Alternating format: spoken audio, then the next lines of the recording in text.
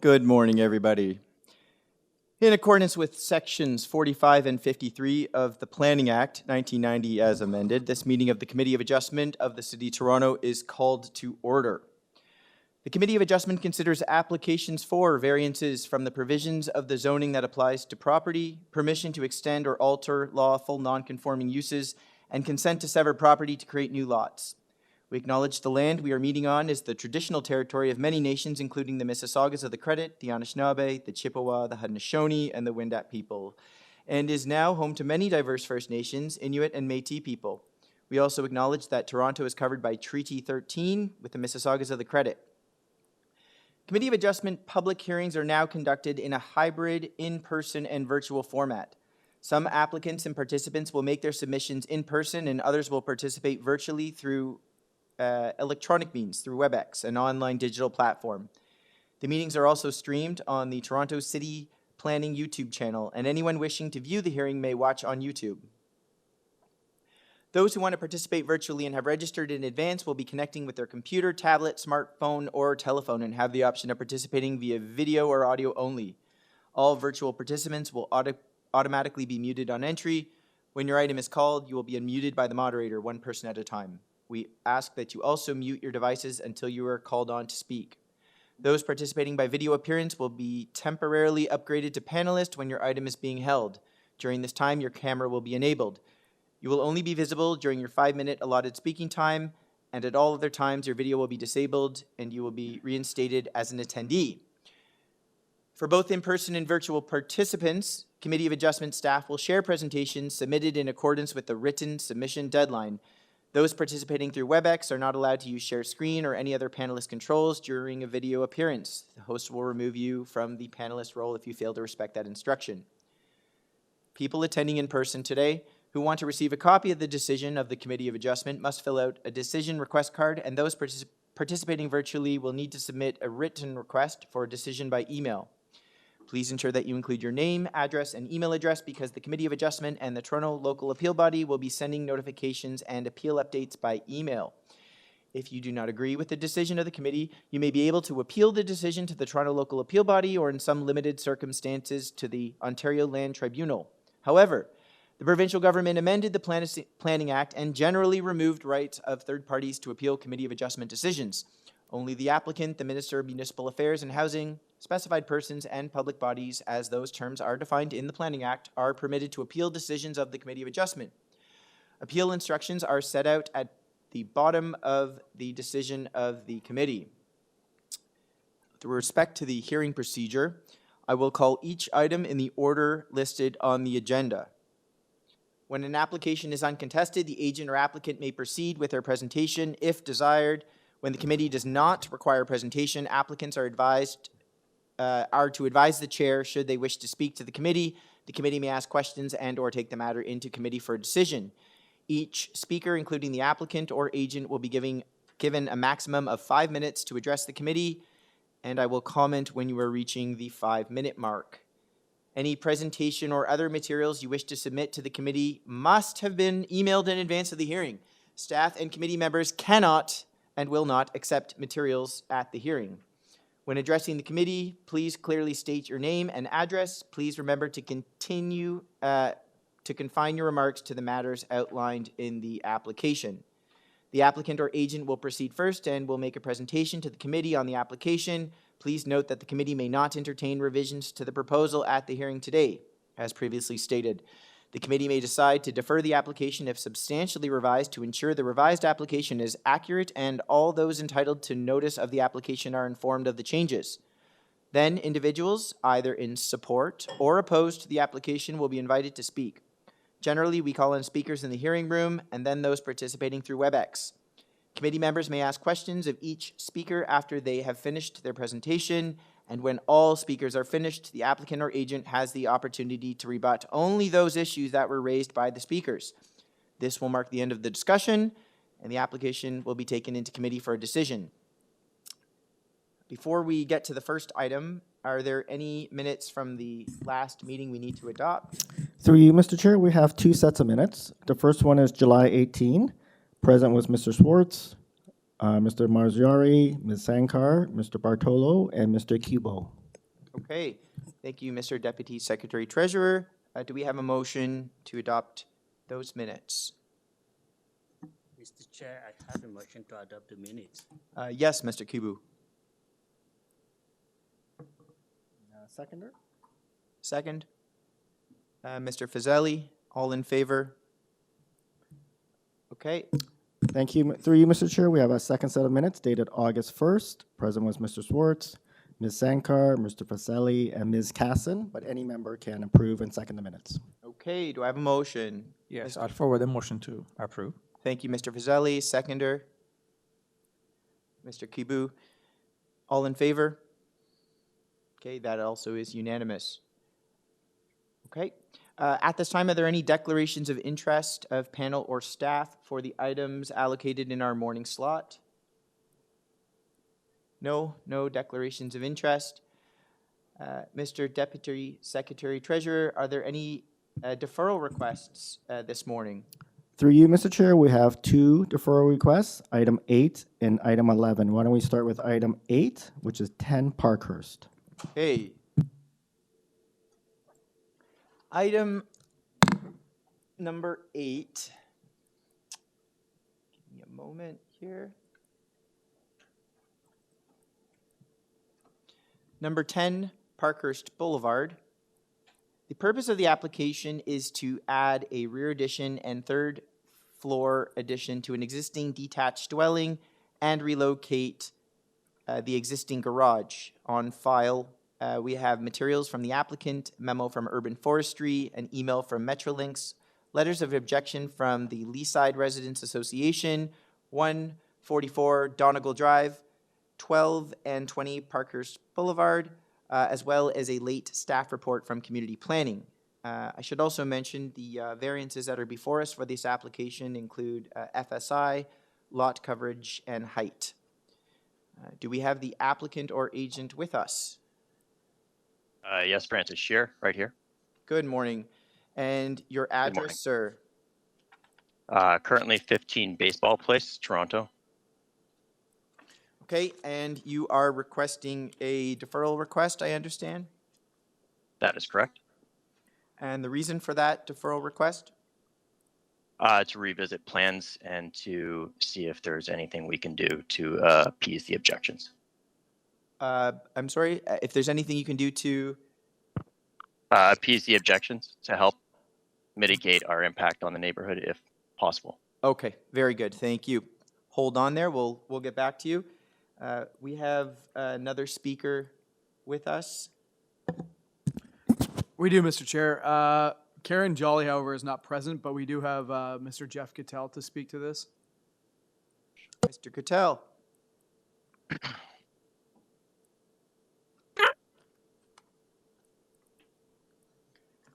Mr. Cattell, are you with us?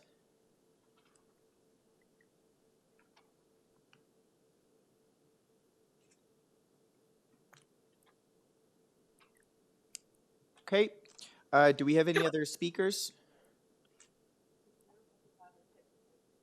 We have a technical issue.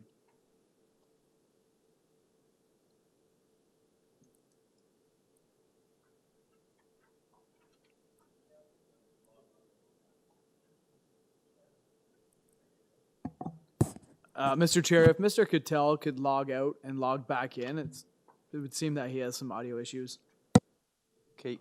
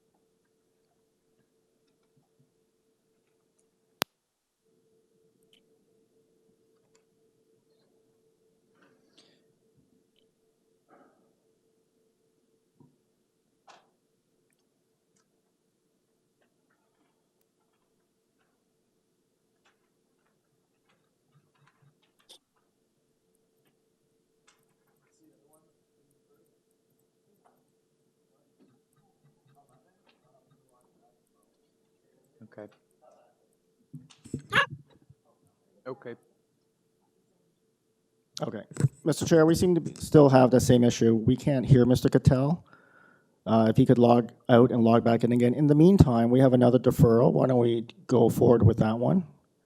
Very good. Let's stand down that item and we will come back to it. Our next deferral. Is item number 11, All right. 201 Epsom Downs. Thank you.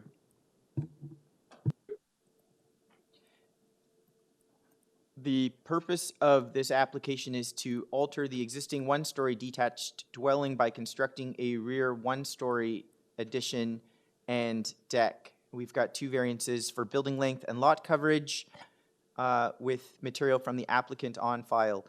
Do we have the applicant with us? Good morning, Mr. Chair and committee members. Good morning. Your name and address, sir. My name is Edward Begay. My address is 14B Decide Park Drive. Thank you. And you are requesting a deferral today, I understand? Yes, we're asking for deferral. And the reason for that deferral? While we were in process of applying for the committee of adjustment, we noticed that the previous zoning examiner was missing an item. And by the time that we catch that, we called that was too late because the public notice was sent. So that's why we're asking to correct that for the referral for the next board meeting. Okay, very well. All right, let's take this into committee for a decision. Yes. Mr. Nipfel. Mr. Chairman, I'd like to move deferral to allow the applicant to bring forward the missing variance. Okay, do I have a seconder? Yes, Mr. Fazeli. Second that. All in favor? Okay, the motion carries. The item is deferred. Thank you. Okay, Mr. Deputy Secretary Treasurer, are there any other deferral requests, or can we go back to our last item? There are no additional requests this morning. Why don't we see if Mr. Cattell is back online? All right, so we are going back now to item number 8, 10 Parkhurst Boulevard. And there we go. Mr. Cattell. Yes, my only statement is to say that we obviously agree with the deferral. Mr. there Cattell, were sorry, additional- before you get going, can you please state your address for us? Sorry, I'm with the Leaside Residents Association, 6301 Bayview Avenue. We've had an interest in this application. Parkhurst Boulevard is an outstanding street in Leaside, one of the most wonderful period character streets, and what happens on the street is very important. Anyway, in the particular case here, there was an application made, and then there were additional variances identified because the whole thing was by waiver rather than by zoning review. And we're pleased to hear that the proposal now is to defer the application so that hopefully a more fitting application may be submitted. Thank you. Okay, thank you, Mr. Cattell. All right, let's go back to the applicant for response.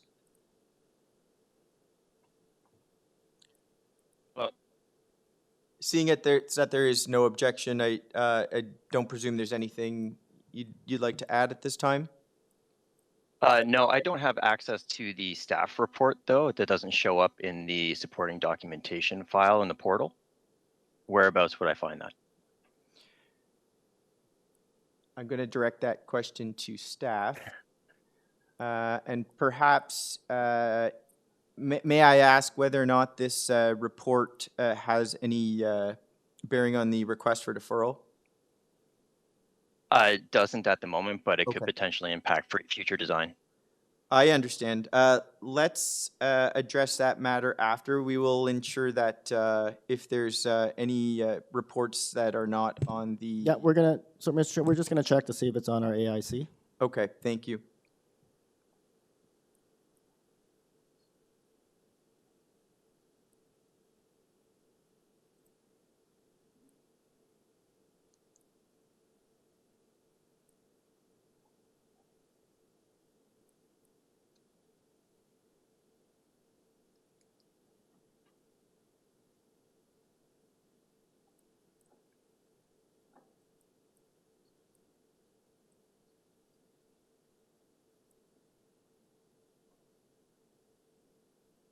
We've got the report.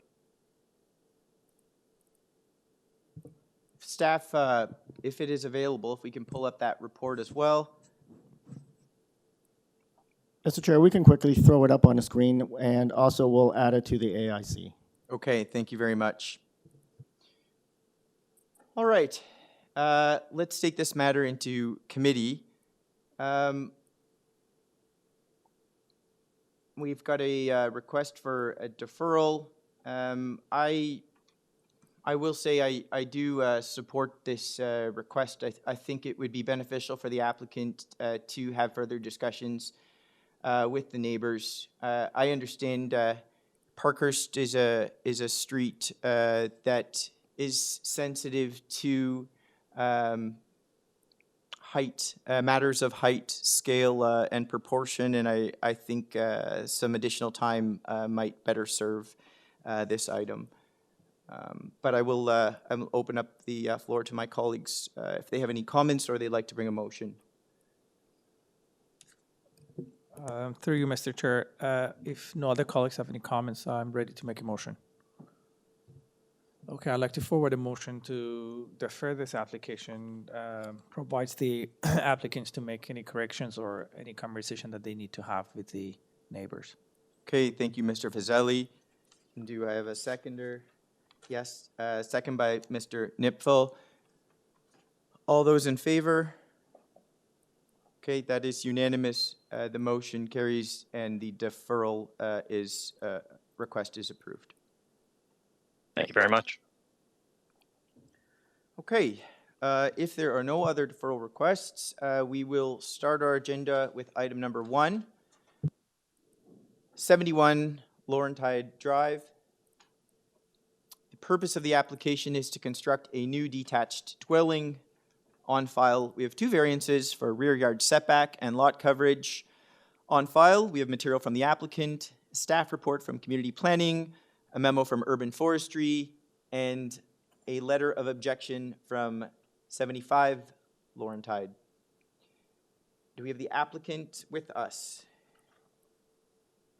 Yes, good morning, greeting chair and committee members.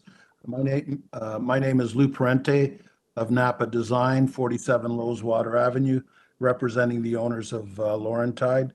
I'm here to address any concerns, comments outlined in the zoning notice related to our proposed home. Okay. Sir, I should ask, you did give us your address? 47 Loweswater Avenue, Markham, Ontario. Okay, thank you. I do see You're that we have some additional speakers and some opposition on this, so I am going to ask for a presentation from you. Okay. If we can get the clock up. Okay. Okay, yes. For the last few weeks, I guess before our meeting, I've been working very closely with Spencer Healing and Toronto Planning to address all the items, and all the modifications were made and completed to the satisfaction and support and recommendation of planning. We feel that our proposal is in keeping with the other 2-story dwellings within the neighborhood and keeps in balance the evolution of the neighborhood with the existing build and form. And I guess that's it. Okay, thank you. We have You're another welcome. speaker registered.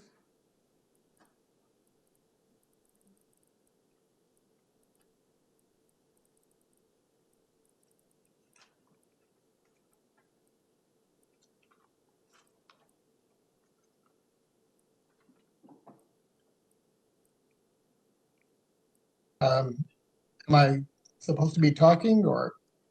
No, thank you, sir. We're gonna move on to our next speaker. Mr. Chair, that is the next speaker. Ah, yes. Okay. Your name and address.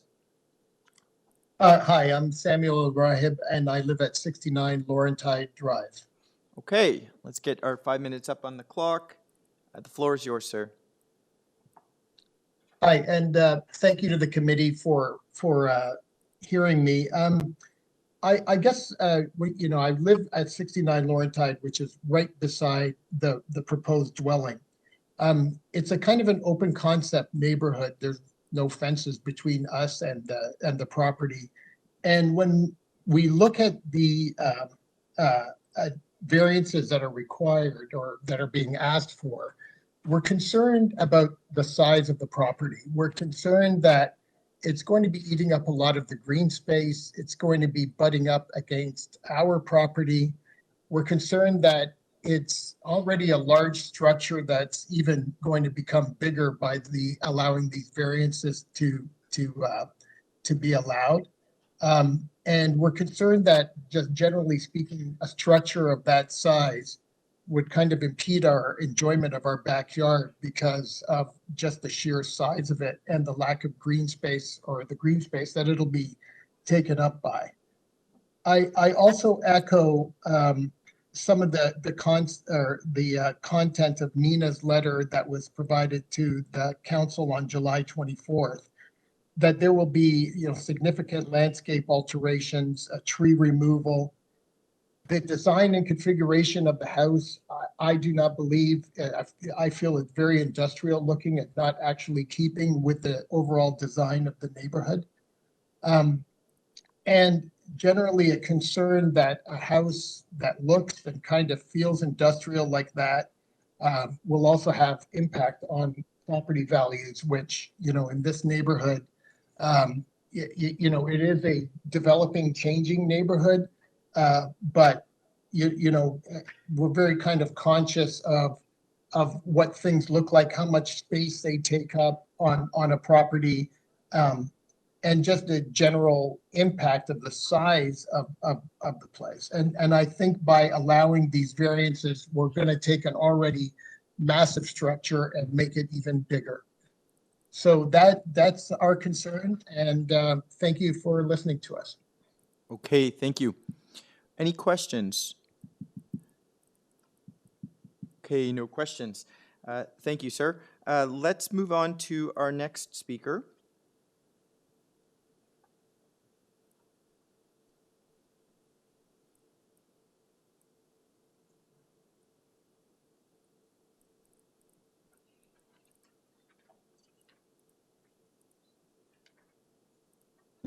Mr. Chair, the next speaker, I believe Kenneth Lau, has been unmuted. Good morning, Mr. Lau.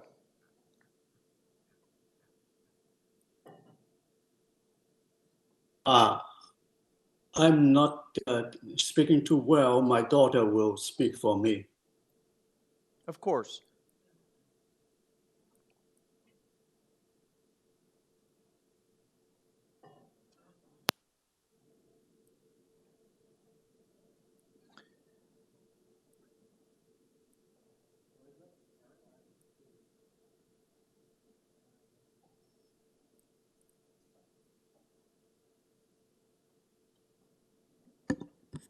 I believe they're unmuted now, Mr. Chair. Okay.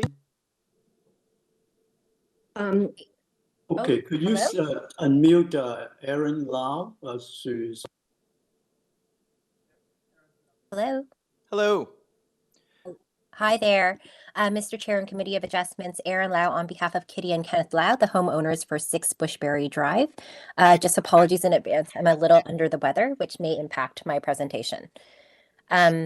At present, the current plans, though revised, we feel that it does not pass the 4 tests of the Planning Act, which is the change considered as minor in both size and impact? Is it appropriate to the lot and neighboring properties? Does it meet the intent of the zoning bylaws? And does it meet the general intent of the original city plan to respect and reinforce the neighborhood's character? With lived experience in the neighborhood for many years, my parents have the following concerns about the project, specifically the driveway placement, and similar to the other neighbors, the size and dominant structure of the multi-story building being proposed. They feel that the current plans for 71 Laurentide fails in the following 3 areas. The first is that the change proposed creates significant impact with unsafe vehicle access point and traffic congestion. So unlike Laurentide Drive, which was built to support 2-way traffic, Bushbury Drive and driveways on both sides. Bushbury Drive was never intended to support driveways on both the north side and the south side. Currently, there are no driveways on the south side. The proposed plan would place a new driveway on the south side, creating an additional vehicle access point that is dangerous and disruptive to existing traffic flow from cars turning onto Bushbury Drive from Parnbell Crescent and Laurentide Drive, as well as the heavy traffic flow existing from the golf course and the typical traffic that exists on the street. The proposed plan also fails on the account that it adversely impacts pedestrian safety. With no sidewalks on either side of Bushbury Drive to facilitate high pedestrian traffic, many pedestrians, including children, seniors, and families with pets, utilize the south side to navigate the street safely. The proposed driveway location for 71 Laurentide Drive removes that safe passage. It would also increase the risk for pedestrian safety in the evening when lighting is fairly limited, even with the overhead lampposts, and in the winter when visibility is extremely limited with snowbank and snow being piled up on that side of the street. Our concern is definitely for the seniors as well as for the children and the pets, which are not highly visible in that neighborhood. And then thirdly, the change proposed is not appropriate change. When we look at housing in the neighborhood, what drew my parents to the neighborhood is that they were looking for accessible housing in the neighborhood, and the Donalda and Laurentide Drive area and Bushbury was a location that had a lot of one-story homes and bungalows that allowed for better flow when it comes to accessibility. I think the trend that we are seeing now is that there's a focus on larger built homes, multi-story ones that are quite significant. And I think if that trend continues, we will lose the availability of accessible homes within the city of Toronto, which makes it challenging. The plan for 71 Laurentide proposes the build of a dominant multi-story home that does not match the scale and impact of existing homes within the immediate proximity. The proposed build limits privacy and access to natural light for neighboring properties, as noted by the neighbor at 69 Laurentide, as well as 75 Laurentide Drive. Additionally, the proposed build does not respect or reinforce the neighborhood's character and of moderate homes nestled within a ravine area. We would ask that the city consider development on this site in consideration of the surrounding area that is a green space and by a ravine lot. We strongly ask that the Traffic and Planning Committee also take a look at this again, just based on the traffic implications of adding a driveway onto Laurentide Drive, onto Bushbury Drive, where driveways on both the north side and south side are not supported, especially with no sidewalks on either side for pedestrian traffic. There would be serious implications for both safety of well-being of both the homeowners and pedestrians and vehicle drivers. As longtime residents of the neighborhood in direct proximity of the proposed site, the lived experience of Kitty and Kenneth informs us that the plans currently presented for 71 Laurentide would have substantial adverse impacts and consequences for both the short term and longer term, and we ask that the plans be further evaluated by both the Committee of Adjustment as well as Traffic Planning. Thank you. Thank you. Okay, any questions?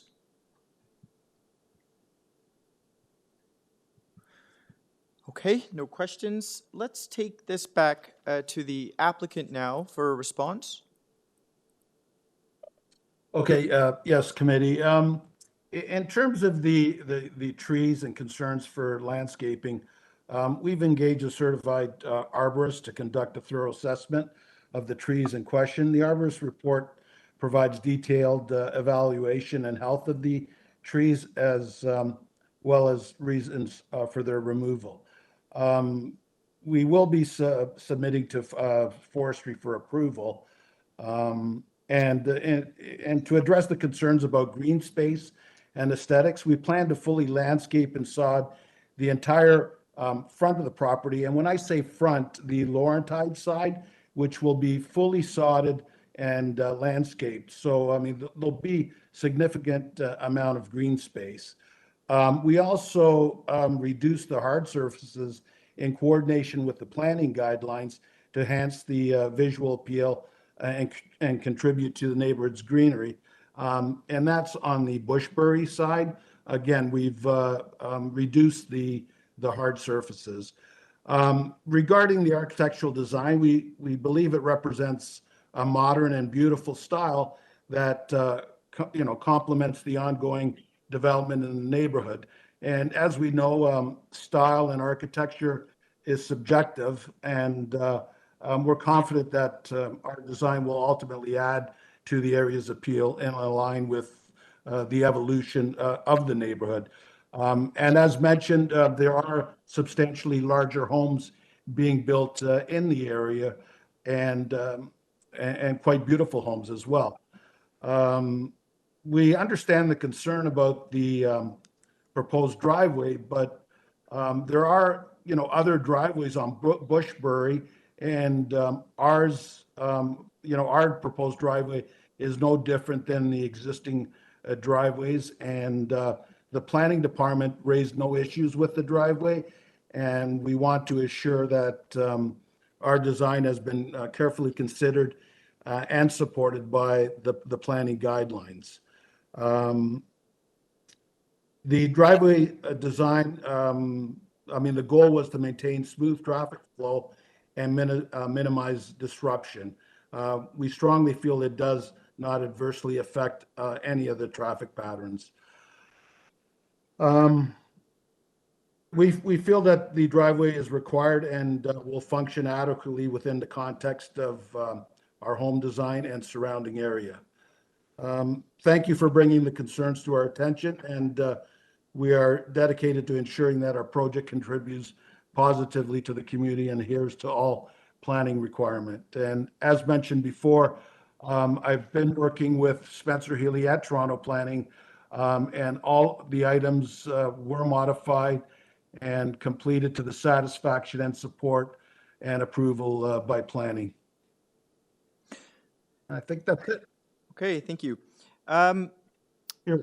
I understand that this file has undergone some revision in just looking at the previous set of plans.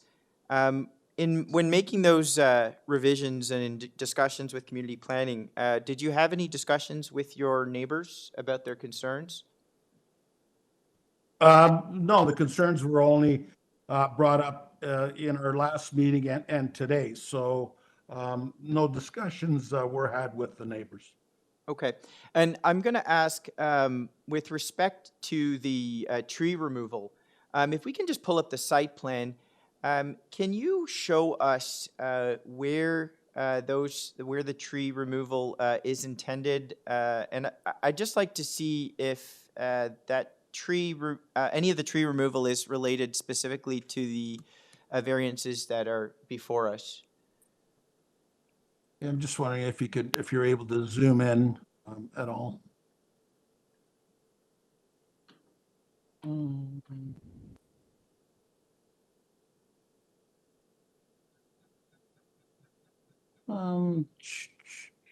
Yeah, there seems to be the one tree there, the 40 centimeter, that's directly in the driveway.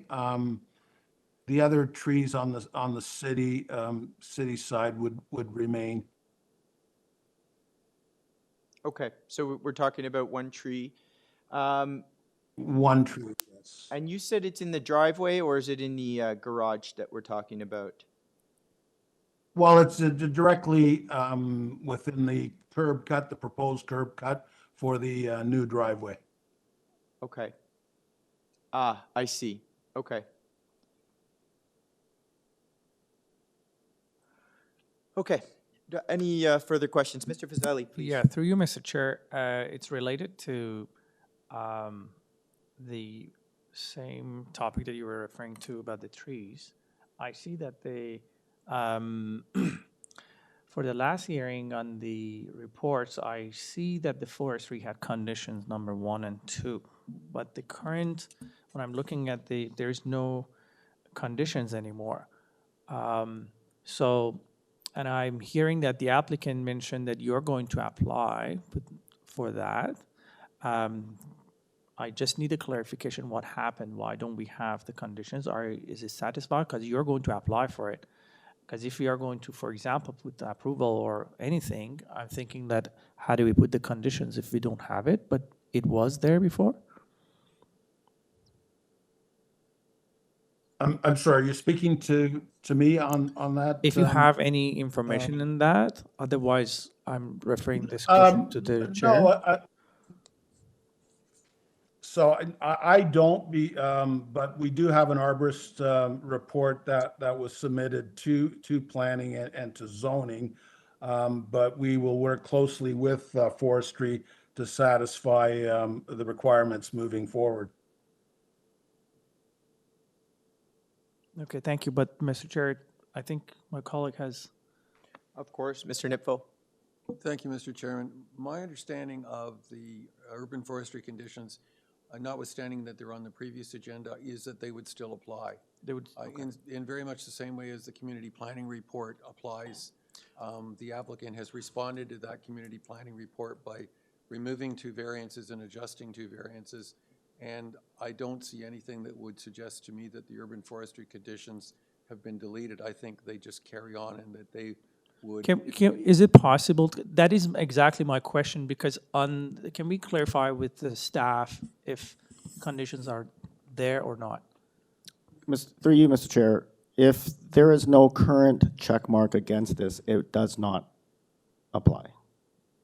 So what was in the past wouldn't apply today at this hearing. These are currently forestry's review. Yes. So thank you so much, through you, Mr. Chair. So that's a question to. Yeah, largely because the application was amended. Okay. So there is no requirement for the conditions anymore. Yeah, I see that they're not on the most recent forestry report. That was what I wanted to bring Okay, up. thank you. Any other questions? Okay. All right. Let's take this matter into committee.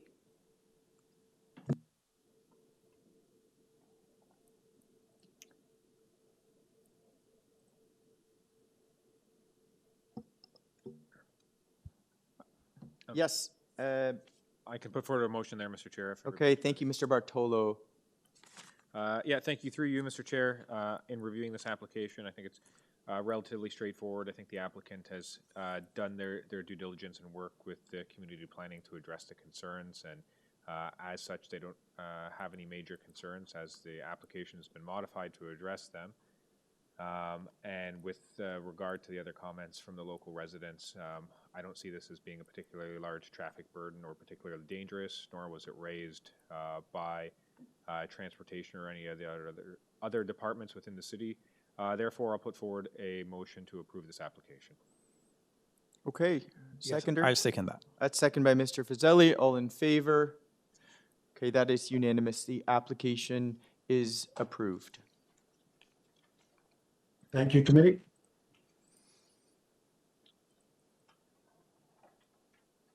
Okay, let's move on to item number 2, 3180 to 3202 Yonge Street. The purpose of the application is to facilitate in the development of the already approved 11-story building by seeking to permit 4 additional stories plus a mechanical amenity level for a total height of 15 stories, including 49 additional dwelling units, increasing the total number of dwelling units to 153 units.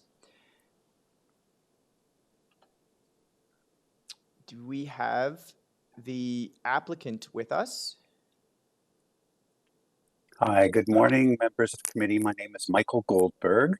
I'm a principal at Goldberg Group, and the address is 2098 Avenue Road, Toronto, M5M 4A8. Thank you, Mr. Goldberg. Just give me a moment. Just going back in describing the application, we've got some changes that would require some amendments to the site-specific bylaw. On file, we have material from the applicant, a staff report from community planning, staff report from engineering and construction services, a letter from the TCDSB, and numerous letters of opposition. Okay, Mr. Goldberg, I would like to hear a presentation from you on this. So let's get the clock up. And when you're ready, the floor is all yours. So members, thank you very much. Members of committee, we submitted an August 22nd, 2024 letter where we have requested that the application be revised from 15 stories to 14 stories. And on page 2 of the letter, it sets out in detail the revisions to the variances being requested. It affects 4 out of 5 of the variances. And we attach a revised drawing or diagram 3 to that letter.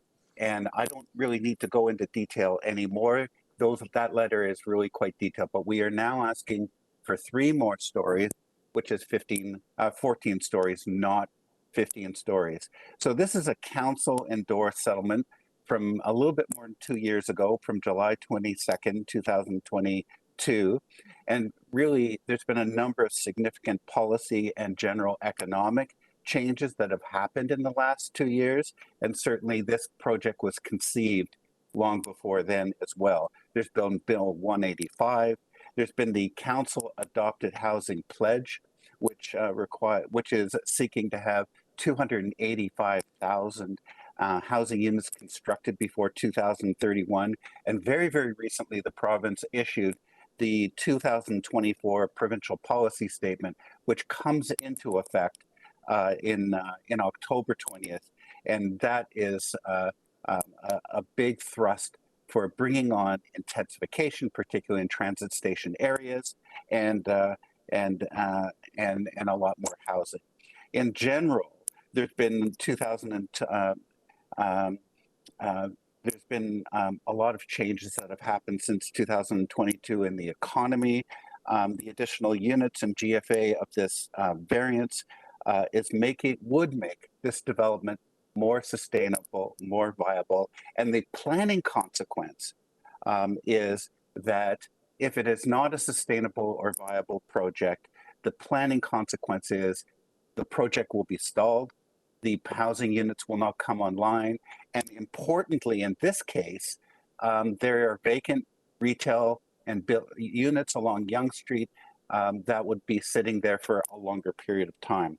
Now, the same dynamic has been happening in Toronto throughout and in North District in particular. The dynamic that projects that were once approved by the OFT or by council are going back now and being considered by the committee for 3 to 5 stories of additional height.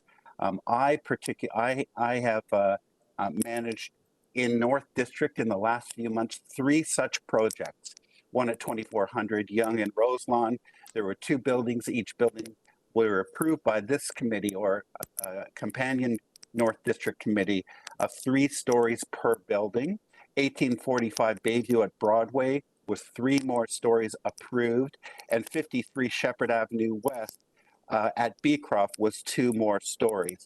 This is the world that we are living in. It's an appropriate jurisdiction for the committee to deal with it. I understand the disappointment of the residents, but quite frankly, in these other examples and many other examples, residents have expressed the same type of concern about the committee granting additional approvals, and notwithstanding that, the committee has granted those approvals. Now, the revised application has the same base building. The presentation that we provided shows on page 8 that it's the same base building up to the 8th floor. It's the upper floors that are being revised. The base building has retail, public realm, which is totally unaffected, and there will continue to be step downs in the building from south to north, just although altered by the different height.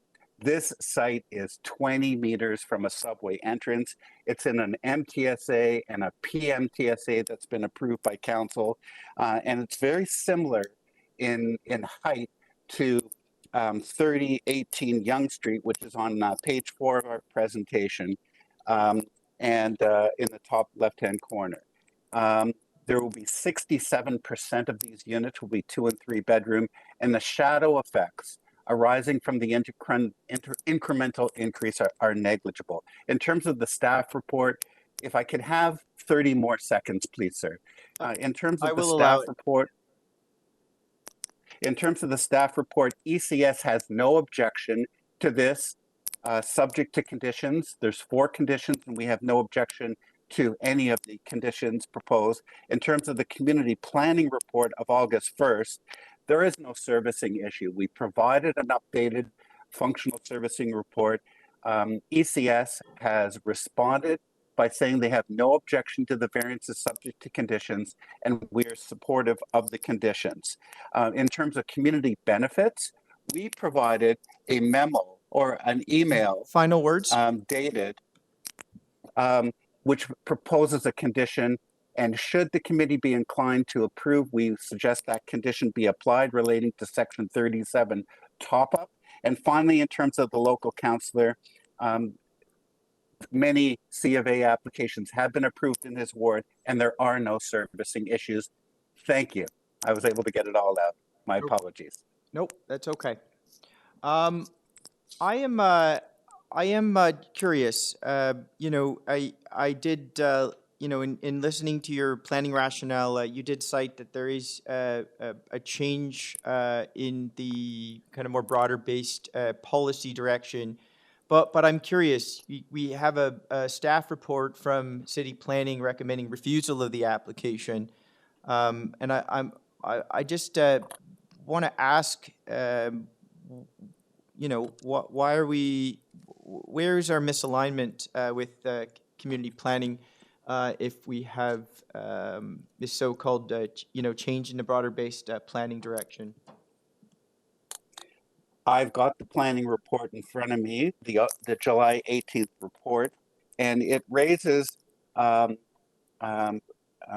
concerns about the height, some concerns about the massing, that this turns into a tall building with the additional floors. At 14 floors, this is on all 4 squares within a tall mid-rise building. That vernacular has been repeated throughout the city, including North District, and in many such locations, and is at 14 stories is considered to be a mid-rise building. The base building doesn't change at all. They spend some time talking about servicing, and there is no servicing issue. We provided the FSR. I'm not sure why they don't recognize that we provided the FSR, but more importantly, don't take my word for it, the Engineering and Construction Services has provided their comment. In terms of the policy direction, there's no doubt, sir, in direct response, that there is a greater emphasis in Bill 185, in the PPS 2024, and in the 2023 City Council Housing Pledge, which happened after, that there is a thrust to bring on more housing, particularly in areas very, very well served by rapid transit. And quite frankly, this site, if you look at page, if you look at our presentation, we are steps away from a subway entrance, 20 meters away from a subway entrance. I hope that's responsive to your question. Yes, that did help. I believe we're going to hear some more on this, and I suspect my colleagues will have some additional questions. So at this time, I'm going to open up the floor to my colleagues and ask if they have any questions. Yes, Mr. Fazeli.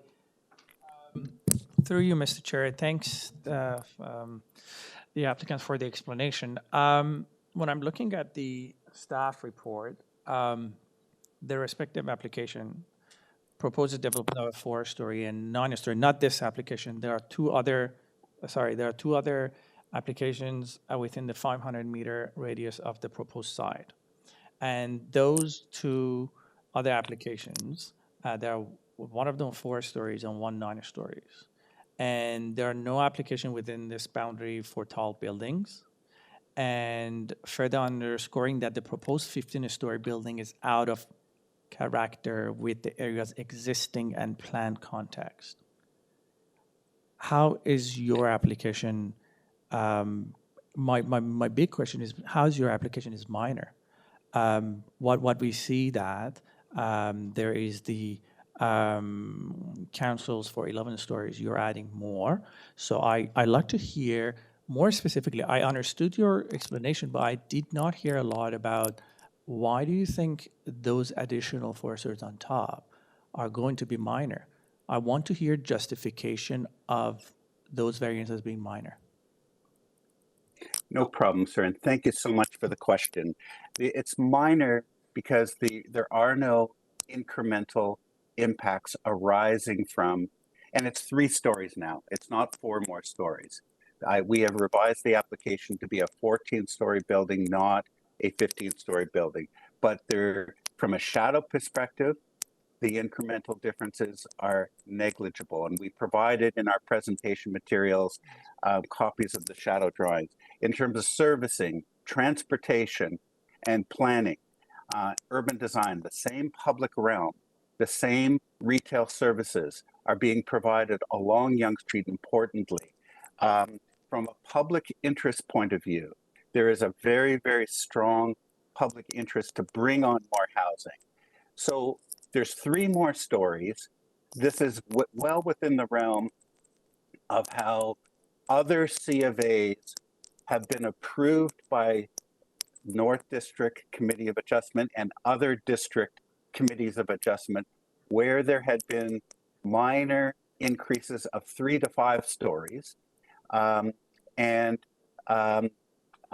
Because quite frankly, the built form is very similar, and I'm going to suggest to you, sir, I know the staff called it at 15 stories a tall building. At 14 stories, it is not a tall building. It is bigger than the width of the right-of-way, but so is the existing approval bigger than the width of the right-of-way. And they don't call the existing approval a tall building. So I can cite many, many examples throughout Toronto where a 14-story building by city planning staff have been referred to as a mid-rise building. Okay. So I think for all those reasons, that's why it's minor. Okay, so you would classify this as a mid-rise building then? I would. Okay. Yes, we have a question from my colleague, Mr. Nipfel. Thank you, Mr. Chairman. I don't have any reference in my agenda to a 14-story building. Everything is a 15-story building. I gather you've made a revision. Can you explain why was the revision made and where might we find it? I'll answer the last question first, Mr. Nipfel. Thank you for that. We filed an August 22nd, 2024 letter to the committee, which sets out the reasons for the revisions and what the revisions are, not only to the building, but also to the variances that are before you. Do you not have the August 22nd, 2024 letter? Staff, can we pull that up on the screen for reference?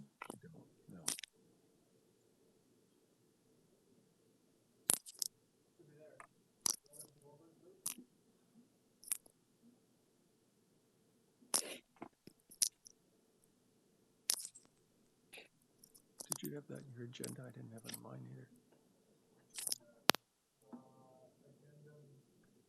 It is on the city's AIC, because I've got it open on my screen from the city's AIC.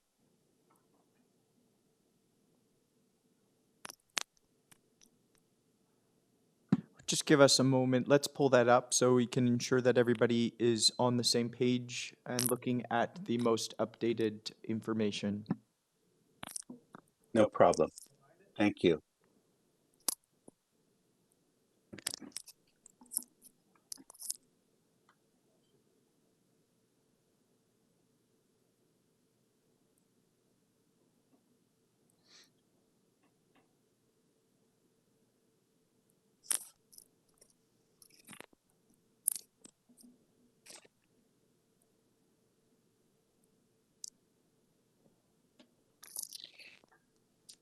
Mr. Chair, I can just say it's called, oh, maybe it's coming now. That's the one. That's the one. Okay. So this is the letter that sets it out.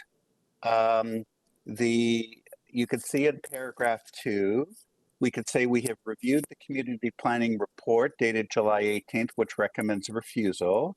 We have met with community planning once, and we have reviewed the many letters of objection from area residents who have expressed concerns regarding the building's height and its impact on the neighborhood. In response, our client proposes to reduce the height from the initially proposed 15 stories to 14 stories. With this proposal, the increase in height above the existing 11-story permission is 3 stories. And then there's some other things here. In the next paragraph, the revised height reduces the magnitude of 4 out of 5 of the minor variances. GFA, we reduced almost 9,000 square feet, 839 square meters, and the building height is reduced by 3 meters. And then on page 2 of the letter, if someone could scroll up, those are the technical or minor, those are the variant changes to this. So we've actually provided it in writing how it should read. And then if someone could go to the appendix, which is the map, Appendix A, could someone scroll to the last page of the letter? One more page. Right. And this is, we've actually shown, you can see in the bottom left-hand corner, it says revised drawing 3. And in the bottom right-hand corner, it says August 22nd, 2024. And we've actually shown in red how the drawing changes. So those are the revisions that we would request. Okay, just to confirm, I'm sorry, Mr. we do not have any update to our elevation drawings or perspective drawings then? We did not update those, but if someone could put on page 8 of our presentation that I didn't put the presentation because going through a presentation eats up a lot of my 5 minutes time, and there was a lot to say. But there is a presentation. If you go to electronic page 8 of that presentation, this in green in green were the approved 2022 elevations, and in white outside of the green is the additional floors. Now I will add, this is the 15-story proposal. It's 1 story less than this now.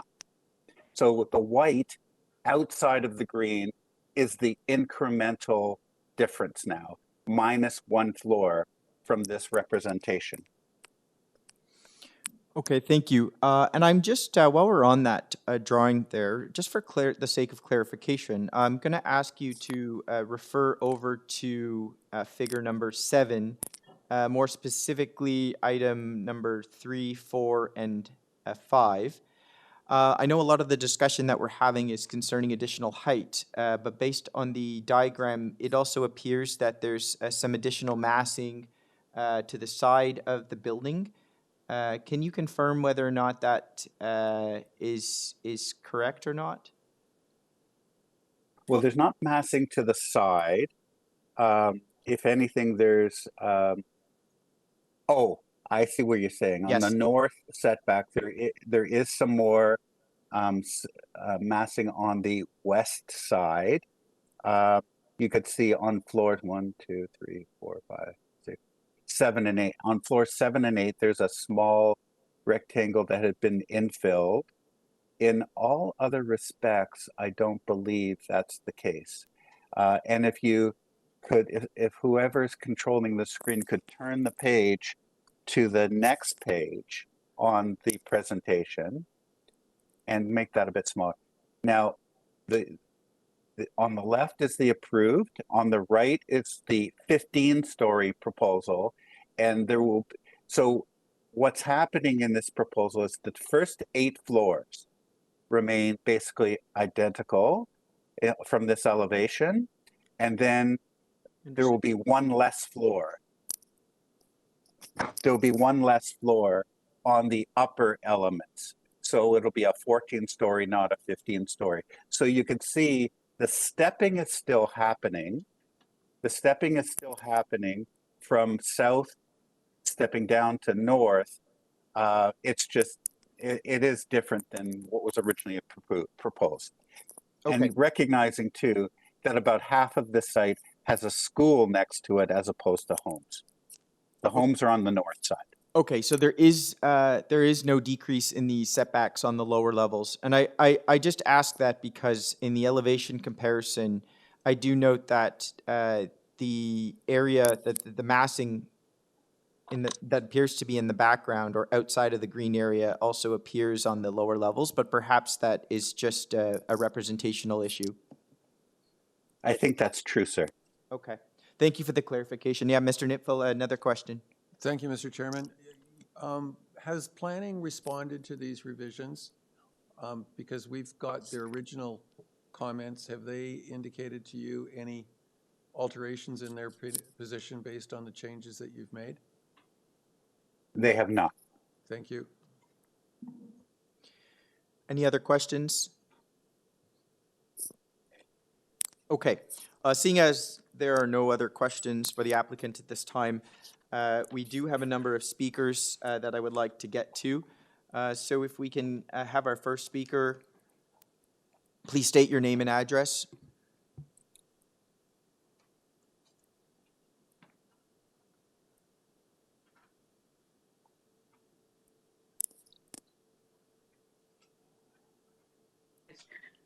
Can you hear me? Yes, we can. Okay, somebody. Okay, sorry. My name is Maria Rizzo. I am the Toronto Catholic District School Board trustee for this area. I happen to be in Italy, and my Wi-Fi is very shoddy, so I apologize. We can hear you quite well. Okay, well, I'll keep holding it the way I'm holding it then. So I would, and I'm so glad that I'm first because I may not have enough data because that's the other issue here. Anyways, I don't believe that this application meets the general intent of the official plan and the zoning bylaw. The proposed variances are not minor in nature and are not appropriate and is not an appropriate development of the lands that they presently own. The proposed, and I'm confused about whether it's 14 or 15, but I still think it's 15 stories because I'm not sure if there's a mechanical on top, and I can't see the drawings from my iPad. So I would really appreciate it at some point if someone would clarify that. But regardless, a 14 or 15-story building is out of character in this particular area. The surrounding areas have typically 4- and 5-story buildings, and the tallest one that I know is not even nearby, but is a 9-story building. The official plan allows between 4 and 11 stories in height, which was approved at the tribunal for this proposal for this parcel of land. The height of the proposed application exceeds the neighborhood standard. The proposal is, in fact, I believe, as the planning staff have indicated, a tall building, not a mid-rise, which was approved by the tribunal. This could establish a negative precedent in the neighborhood. The proposal does not have a scale-based building and has insufficient setbacks to the property lines. And as you know, the school abuts this particular property. The proposed building has larger floor plates, setbacks, and does not conform with the built form policies in the official plan. The proposal does not have a transition to the abutting residential neighborhood or the school. It does not provide a tall building separation distance. Any growth must ensure there is an infrastructure to support it. I don't know if there is infrastructure or not, but I tend to believe our staff. If they say that there isn't, there isn't. And they should, in fact, contribute to Section 37 to compensate the students and and the community at large who will lose, and especially the kids who will lose valuable outside play, playtime, and further impact student learning because of construction, debris, noise, dust, safety, etc. This application is a backhanded tactic used to get more height and density, and it really does repulse me, and I would be very disappointed if this committee would even consider this. If they want more density and height, then they should have more land. They went to the tribunal, it was approved, 11 stories isn't good enough, and all of a sudden they want more, and that's just not good enough for the neighbors. The entire community is going to suffer if this application is approved. It shows bad faith on the part of the developer and does not provide us with confidence about them even meeting the minimum standard as a good neighbor. If the committee chooses to move forward with this, then the school community would support a deferral to a future committee hearing in order to allow for negotiations with the parent community and TCDSB regarding benefits and risk management. To be specific, discussions to be put in place, a risk management plan to the satisfaction of the school community and TCDSB, and in-kind or cash contributions to support the increased gross floor area and height so students do not suffer unnecessarily. So thank you very much. Basically, in summary, an increase in height of more than 30% does not constitute a minor variance. The proposal does not meet the intent of the official plan and zoning bylaw and does not meet the 4 tests. It is not minor and it is not appropriate for this site. Thank you very much, Mr. Chair and members. Okay, thank you. Any questions? Okay, no questions. Let's move on to our next speaker.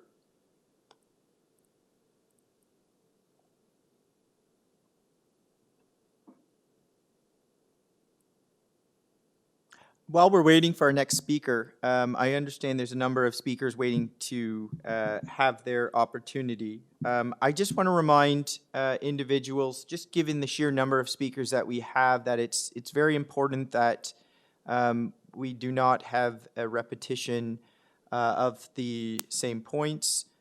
So please just keep that in mind as you're waiting your turn to speak. Mr. Chair, Nicholas has been unmuted.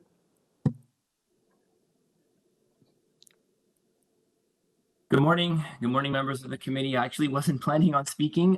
We did have some other representation here from the school board, but I'm calling in from Toronto Catholic District School Board, located at 24 Bedford Park Avenue, which is just west and adjacent to this development. Your name, your last name and address, sir?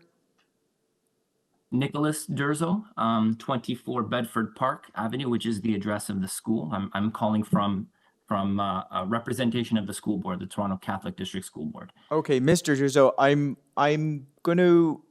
I just want to be cautious here because we just had a representative of the TCDSB speak. I'm not going to cut you off, but I am going to, I don't think I'm going to allow a full 5 minutes here.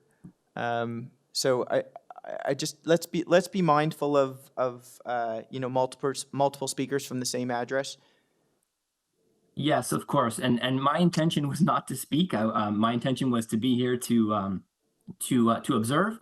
And I'll make it very quick. But just a couple of issues from the school's perspective, from an operational perspective, insofar as the construction goes. What we would be looking for is is definitely some type of construction management plan, which has yet to be put together by the developer. There are many things, obviously, which haven't been addressed insofar as safety, environmental, traffic management, and things like that. Crane swing, anchor tiebacks, and things like that. There's no formal agreement with the school, and we would like to seek ongoing discussions with the developer insofar as those things go. And we have identified specific risks associated with construction, and it's important that when demolition occurs, it occurs during times when the school is not in session, such as summer and winter breaks and so on. And we just would like to have ongoing dialogues with the developer insofar as whether or not this proposal gets approved, but we would like to have ongoing discussions with the developer to make sure that the school is safe, the kids are safe, and concerns of the school community are taken into consideration. Okay, thank you, Mr. Jerzo. I will remind everyone that we are just dealing with zoning-related matters today. There is a process in place to address, further applications that will have to come forward by the applicant should the zoning be approved. Any questions for the speaker? Okay, no questions. Thank you very much, Mr. Jerzo. Let's move on to our next speaker.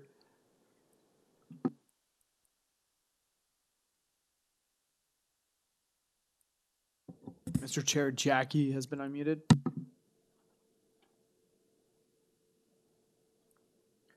Good morning.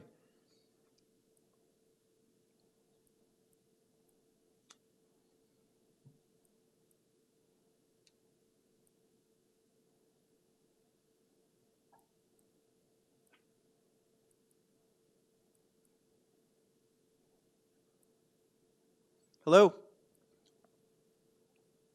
It doesn't appear that their microphone is working, Mr. Chair. We can move on to Elizabeth.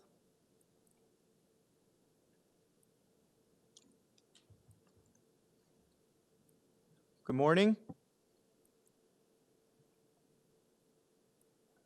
Elizabeth Vellante. I reside at 20 Cranbrook Avenue, and I believe I wasn't going to raise the principal points for the residents. Would it be possible to perhaps ask for the person who's going to do that?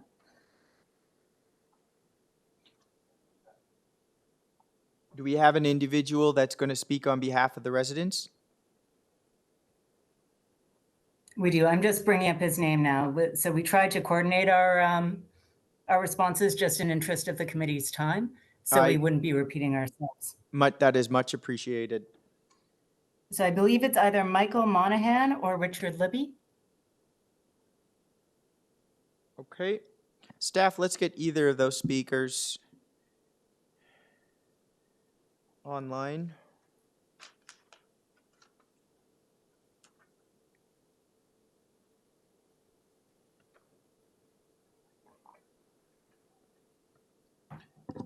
Mr. Chair, Richard Libby has been unmuted. 16. Yeah, it's Richard Libby. I live at 16 Woburn Avenue, which is directly north of the proposed development. A lot of the concerns that I specifically have, as well as the residents that we've been in discussions with, have actually been raised by members of the committee already. So I don't think it makes much sense to sort of rehash any of that. But I will, for myself and the people that live around us, we strongly object to the amendment with this additional addition to the building. By my calculations, going from 11 to 14 is approximately a just under 30% increase in height. The additional units equates to close to a 30% increase in mass based on the number of dwellings that are going to be in it. In general, I'm not objecting to redevelopment of that section of Yonge Street. I think that's going to be a good thing. We all recognize the need for housing and the need for some increased density. I think where the big objection is that this planned development goes so far beyond what would be considered in character for this community that it's kind of making a mockery of the entire process. Most of the taller buildings in the area are sort of 6 or 7 stories. The representative talked about a building that's south of Lawrence that is quite tall. That building sits in a valley. So obviously, it's at a lower altitude than this building here. The net effect of going from 15 to 14 stories, this building is going to look like a skyscraper. Okay, and forget about definitions of what's mid-rise, et cetera, et cetera. In this community, that is going to stick out like a sore thumb. So basically, it's going to completely and utterly dominate the area.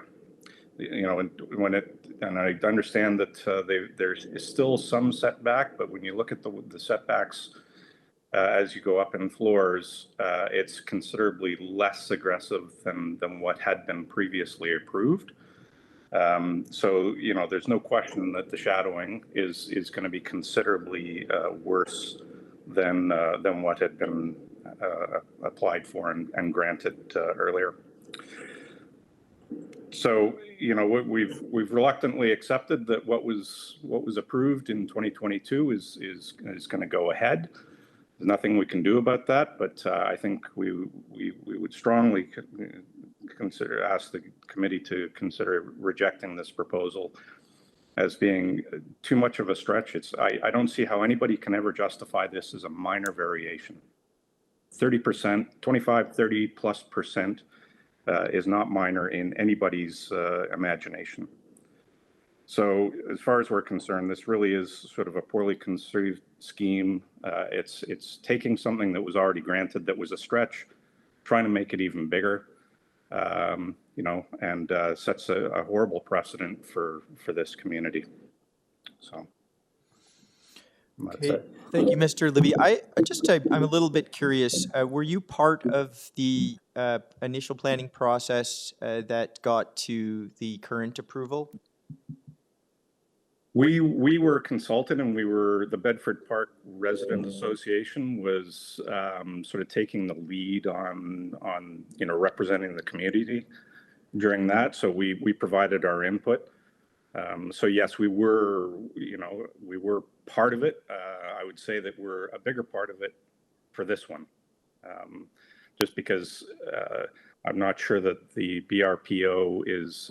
We're not quite sure the exact status of it right now. It seems to have faded a little bit. So some of the residents that are most directly affected, such as us and Brian and Mike and Liz, we've sort of had to take over from the BRPO to a certain degree. So yes, we did contribute our objections to the first go around.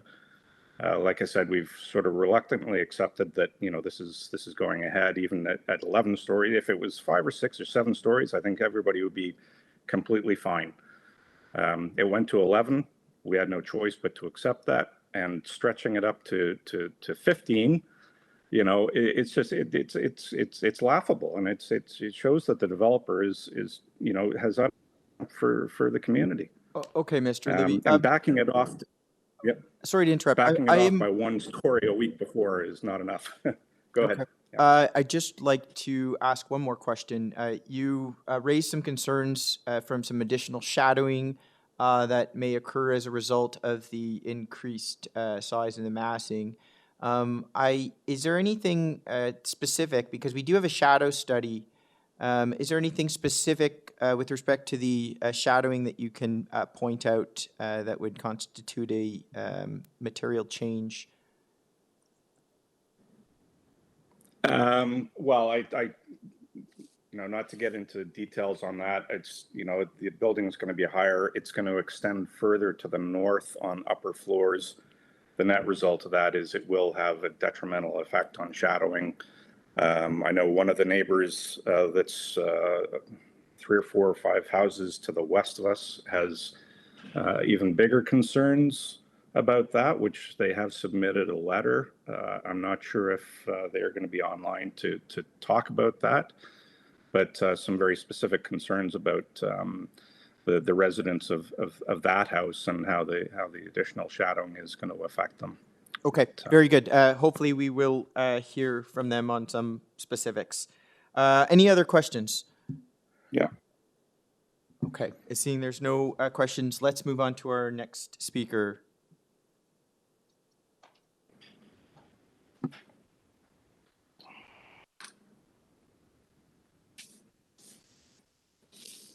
morning.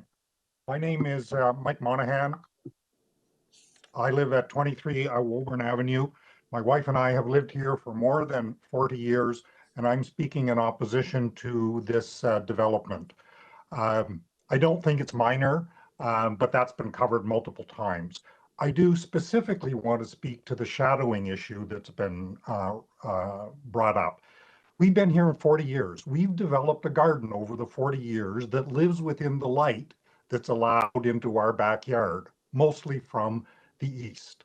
We're going to lose most of that light. And to the committee chair's point, we were in the shadow of the first approved building, but the taller building will now dramatically increase the number of hours of shadow, especially in the morning, that we will get. I would also note for the committee that some time ago, we did an extension to our house. We built a third floor. We couldn't make that extension as big as the second floor because we had to live within the bylaw. So our third floor is smaller than our first and second floor. But because our shared wall is to the west, we have lots of glass to the east. We get magnificent morning sun in that third floor. And that's going. How much of it's going, I don't know exactly.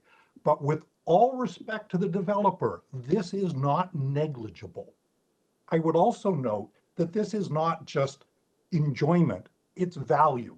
If you go to buy a house and the garden is dying because of shadow, if you go to a third floor where the windows are useless because it's in shade most of the time, you will not pay as much for this house. So the developer is asking you to approve the theft from us of economic value without any compensation to us. I want to note that we are not against the original development. It had negative impacts for us, but it was a compromise that was close to and within reason of the bylaw. And that's the way it should work. The bylaw protects residents and developers so that we all know what the rules are. This development does not respect that. It blows through the bylaw and it attempts to create an unknown area. Nobody knows what would be allowed. This building is 14 or 15 stories, the next one maybe 20 or 25. If you're a building owner on Yonge Street, you won't know what the value of your property is. If you're thinking about buying a house near Yonge Street in this area, you won't know what the value of your property is. The developer suggests that approving this revised thing will help with development. I submit to the committee it's the exact opposite. Introducing uncertainty around what the rules are does not help people make decisions. We approve the original building. It had negatives for us, but it met the policy objectives of increasing density in the neighborhood. This new building blows past those and in fact destabilizes the neighborhood. I will note that the developer also mentioned there were economic considerations from the original application to now. And I think he's talking about interest rates. But if he's saying that his development only worked when there were record low interest rates, he's asking you to subsidize his high risk decisions. And that's not a good basis for development either. You should have clear rules where people can make decisions and build within those decisions. I also want to suggest that there is, I believe, some serious bad faith on the developer's side in terms of schedule. The developer and his representatives are professionals. They don't take vacations. But the residents, this is the summer. There are people who will have been on vacation from the time the first letter came out till after your decision is made. And that's not good faith. The developer made a note that they sent a letter to the committee on August 22nd. Look at that date. He said it represented a reaction to what the residents said. But that's before the deadline for submissions. But it was after the deadline for the distribution of documents to the residents. That's bad faith. The committee should not reward this bad faith decision that's against public policy. Final words? Okay, thank you very much, Mr. Monahan. Any questions? Okay, no questions. Can we please move on to our next speaker?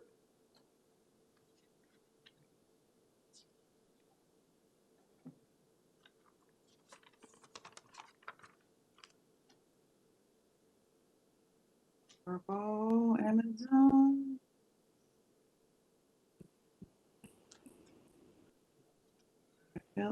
Good morning. You have somebody there with us? Mr. Chair, Ilona has been unmuted. Perhaps the speakers that are being unmuted now can confirm whether or not Mr. Libby and Mr. Monahan were speaking on their behalf. Yes, thank you very much. And I will remind our speakers that haven't spoken, please limit your response to only those objections that have not yet been raised.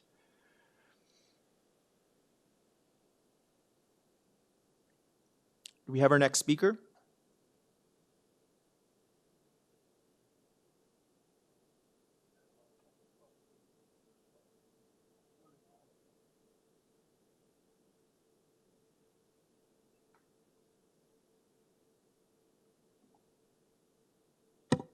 Mr. Chair, Ida has been unmuted.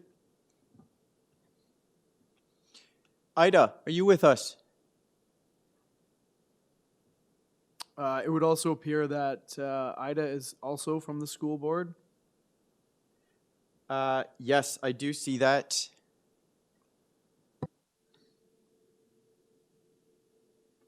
Hi, sorry, I'm not, I'm only listening as a interested party. I'm not speaking. Okay, very good. Thank you for the clarification. Can we move on to our next speaker?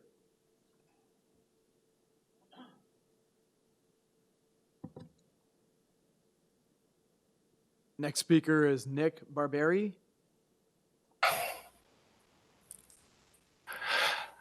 Hello, good afternoon. Good morning. It's Nick Barberi, 21 Woburn Avenue. Good morning. Good morning. So yeah, just to add on one or two things that have not been mentioned already. So the developer mentioned the need for housing, which you know, definitely is. We can't contest that. There is a need, but there also is a big glut of empty condos throughout the city, and adding more, you know, condos. I would suggest that the developer find a better argument, because there is a glut of empty condos in the city, and I don't see how this is going to resolve the low-income housing. The other thing is, there was a drawing put on the screen that showed the mass and girth on the west side. From what I saw in the drawing, it looked like there's mass and girth on both the east and the west side. His retail comparison, I'm not sure how he's getting these comparisons. And from what little I know, there will be some retail in the new development, which is great, but nothing close to the comparison to what was there, you know, until very recently. There was all kinds of retail, restaurants, groceries, flower shops, whatnot. So from what I understand, there's only going to be a minimal retail. So I don't think that's a fair comparison. We already discussed all other building comparisons. I'll leave that alone. He issued a letter of the date that he posted was on the 22nd, I believe, and today's the 29th. So again, seems to be the timing of issues. The timing of these things are, you know, seem to be a little, for lack of a better word, pushy. Again, he puts emphasis on it's 14 stories, not 15 stories. I think the community would agree with me if we were to say, well, it's not 11. You want 14, it should have been 11. So I'm gonna, you know, take the flip side on that one as well. There were on the artist conception, there were trees on the top of the building, which on the revised drawing, I didn't see any trees. So I don't know how that fits into onto the design, if that was a requirement, or so that's, you know, you're losing some green space there. So all these things, when you add them up, my question is, we are being a little bit blindsided, is my feeling anyways. And so the question is, what else is coming down the road? I think if we're just upfront and honest and call things the way they are, and with facts and what they actually are, and not try and put a spin on them, I think that would make a better situation for everybody. Thank you so much. Okay, thank you. Any questions? Okay, no questions. Let's move on to our next speaker.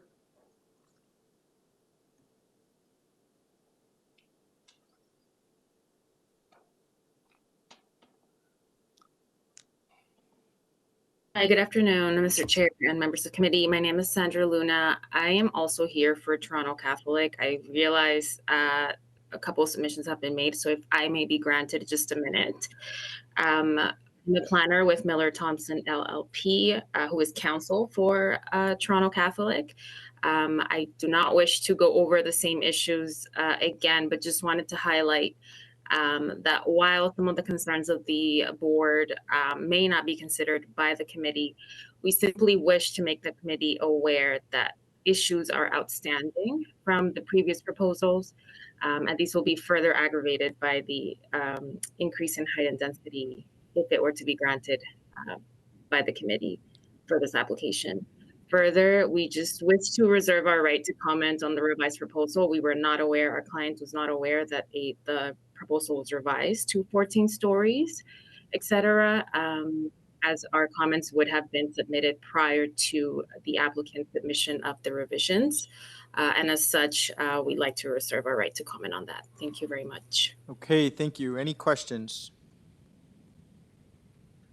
Okay, no questions. All right, thank you. Let's move on to our next speaker. My name is Kelsey Wallace, and I live at 27 Woburn Avenue.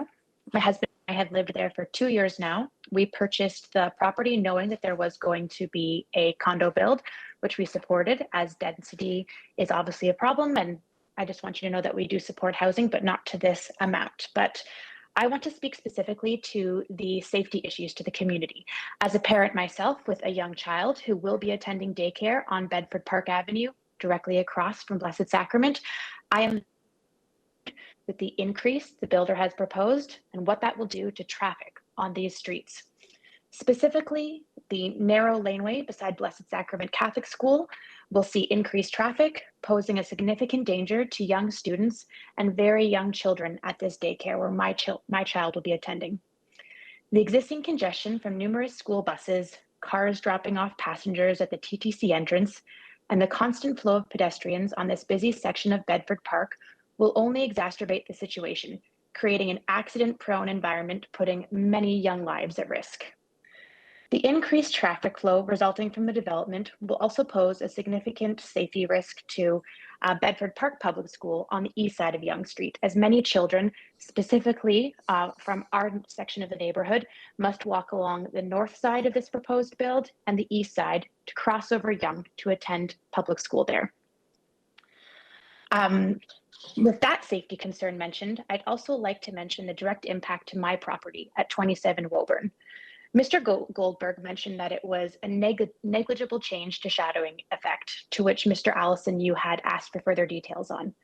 I would like to point out that this new proposed change at 15 stories where we had the shadow impact, 14 stories where we do not, I will point out, did have a change to my property from a partial shade in the morning to a full shade in the morning. And that has significant impacts to me, as one of the main reasons we purchased our home was because of the beautiful morning light that streams through two beautiful double doors that had been installed before we purchased. This also has an impact to my young child, where we get up earlier now because she is so young and we enjoy that morning light. So I would like to point out that it is not a negligible change to shadowing, and it has a significant impact on me and my family. Another point that Mr. Goldberg made was that many height changes that have already been approved by this committee, but I would really urge this committee to please consider the unique features of our appeal, the school zone, the daycares, the many community residents who've lived here for many years or just a few short years like me, and to please reject this. I will also point out one more time that the City of Toronto did formally recommend refusal in their staff refusal report. We do please ask that you will consider the significant negative impacts that this proposed amendment has. They are not minor on our community, our children, our safety, and to please reject this proposal. Thank you. Questions? Okay, no questions. Let's move on to our next speaker, please.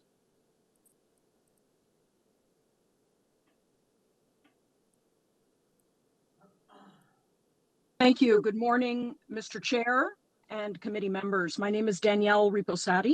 I'm the chair of the Parent Council of Blessed Sacrament Catholic Elementary School, and I'm here today to represent the 450 Blessed Sacrament students and their families. As the committee is aware, our school is directly adjacent to the development under discussion today. In fact, the development is immediately next to our school's kindergarten playground, where our 4-year-old students play at recess. We fully respect that the development has already been approved, but we have had concerns all along about the negative impact that the development will have on the school community, and these concerns are amplified with respect to the application before the committee today. We've been advocating that risk mitigation measures be put in place to ensure the safety and well-being of students and staff, as well as the 80-year-old school building and the continuity of learning throughout the construction process. We have not yet received any documented commitments that any of these risk mitigation measures will be undertaken. In fact, the applicant has already begun demolishing the existing buildings in the complete absence of a robust construction management plan. With respect to the minor variance before the Committee of Adjustment today, we agree emphatically with the City Planning staff report recommending refusal of this application. And we add our voice to that of City Councillor Mike Cole for Eglinton Lawrence, the Toronto Catholic District School Board, and the various local residents, all of whom also recommend refusal of this application. Notwithstanding the developer's last-minute attempt to change the application from 15 stories to 14 stories, 14 stories and nearly 30% increase in height and mass does not constitute a minor variance. It is a complete departure from what was approved at the OLT on October 7th, 2022. It is not inside the intent of the city's official plan and zoning bylaw. In fact, the 11 stories already approved at the tribunal were the result of a zoning bylaw amendment. The approved 11 stories is 6 stories higher than the average height along the Yonge Lawrence corridor. 14 stories would be 9 stories higher than any building in the area. I would point to the developer's mention of a number of C of A decisions that were in favor of additional height. None of the addresses that he cited were anywhere near this site and are therefore not relevant to the particular application today. This application is in fact completely out of character with the area's existing and planned context. Approval of this application would set a negative precedent on the neighborhood in the absence of a comprehensive review and consideration. We thank the Committee of Adjustment for considering the input of the Blessed Sacrament school community with respect to this application. Thank you. Thank you. Any questions? Okay, no questions. Let's move on to our next speaker. I believe that's it for deputants wishing to speak online, Mr. Chair. Okay, and we have some in-person speakers I see. Good morning. Morning. So you ready? My name is Brian Wallenius. My family has lived at 32 Woburn Avenue for the better part of, 24 years. Our home is less than half a block away from Yonge Street, and we're directly impacted by this application. You've heard a couple of my neighbors speak. So Richard, Kelsey, Michael, Nick are all immediate neighbors of ours. I oppose this application on the simple premise that in 2022, the stakeholders, including this developer, had come to an agreement for an 11-story building. This application to justify increasing the height and gross floor area by an equivalent of 4 stories is simply unreasonable. It's not a minor variance, as we've heard. By attempting to use the minor variance approval process to sneak in this change, this developer is operating in bad faith, as it is further evidenced by their last-minute proposal to amend their own request to 14 stories, a proposal that has clearly confused some of the committee members. The original approved building will be experienced as a whole. I'm going to speak to just the new content. The rest, some of my comments would have been repeated by my neighbors. Yes, thank you, sir. So the originally approved building will be experienced as a horizontal mass. So the idea being that as you look at it, it feels horizontal in scale, with the highest portions towards the south being the step back portion. The proposed building will read as an imposing tall building. The elevations and massing comparisons submitted by the applicant that you've seen on the screen this morning clearly show this effect. The proposed design replaces the 3-story step-back portion at the top of the building with an 8-story, much more massive solid structure, essentially filling in the free sky left by the steps. The mitigating effect of the step-backs is entirely lost. Minor variances were intended to deal with minor changes, not adding 3 or 4 additional floors to an 11-story building. The developer's last-minute amendment to reduce the height, now proposing a 14-story building, is still not a minor variance. It demonstrates a complete disregard for the original agreement and the community's concerns. Further, if the applicant believes that a 4-story addition is a minor variance, then they must also accept that a 1-story concession is laughably insignificant.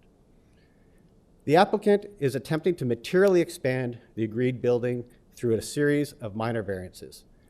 While the standards may be technical, in totality, a reasonable person would not define this proposal as a minor change.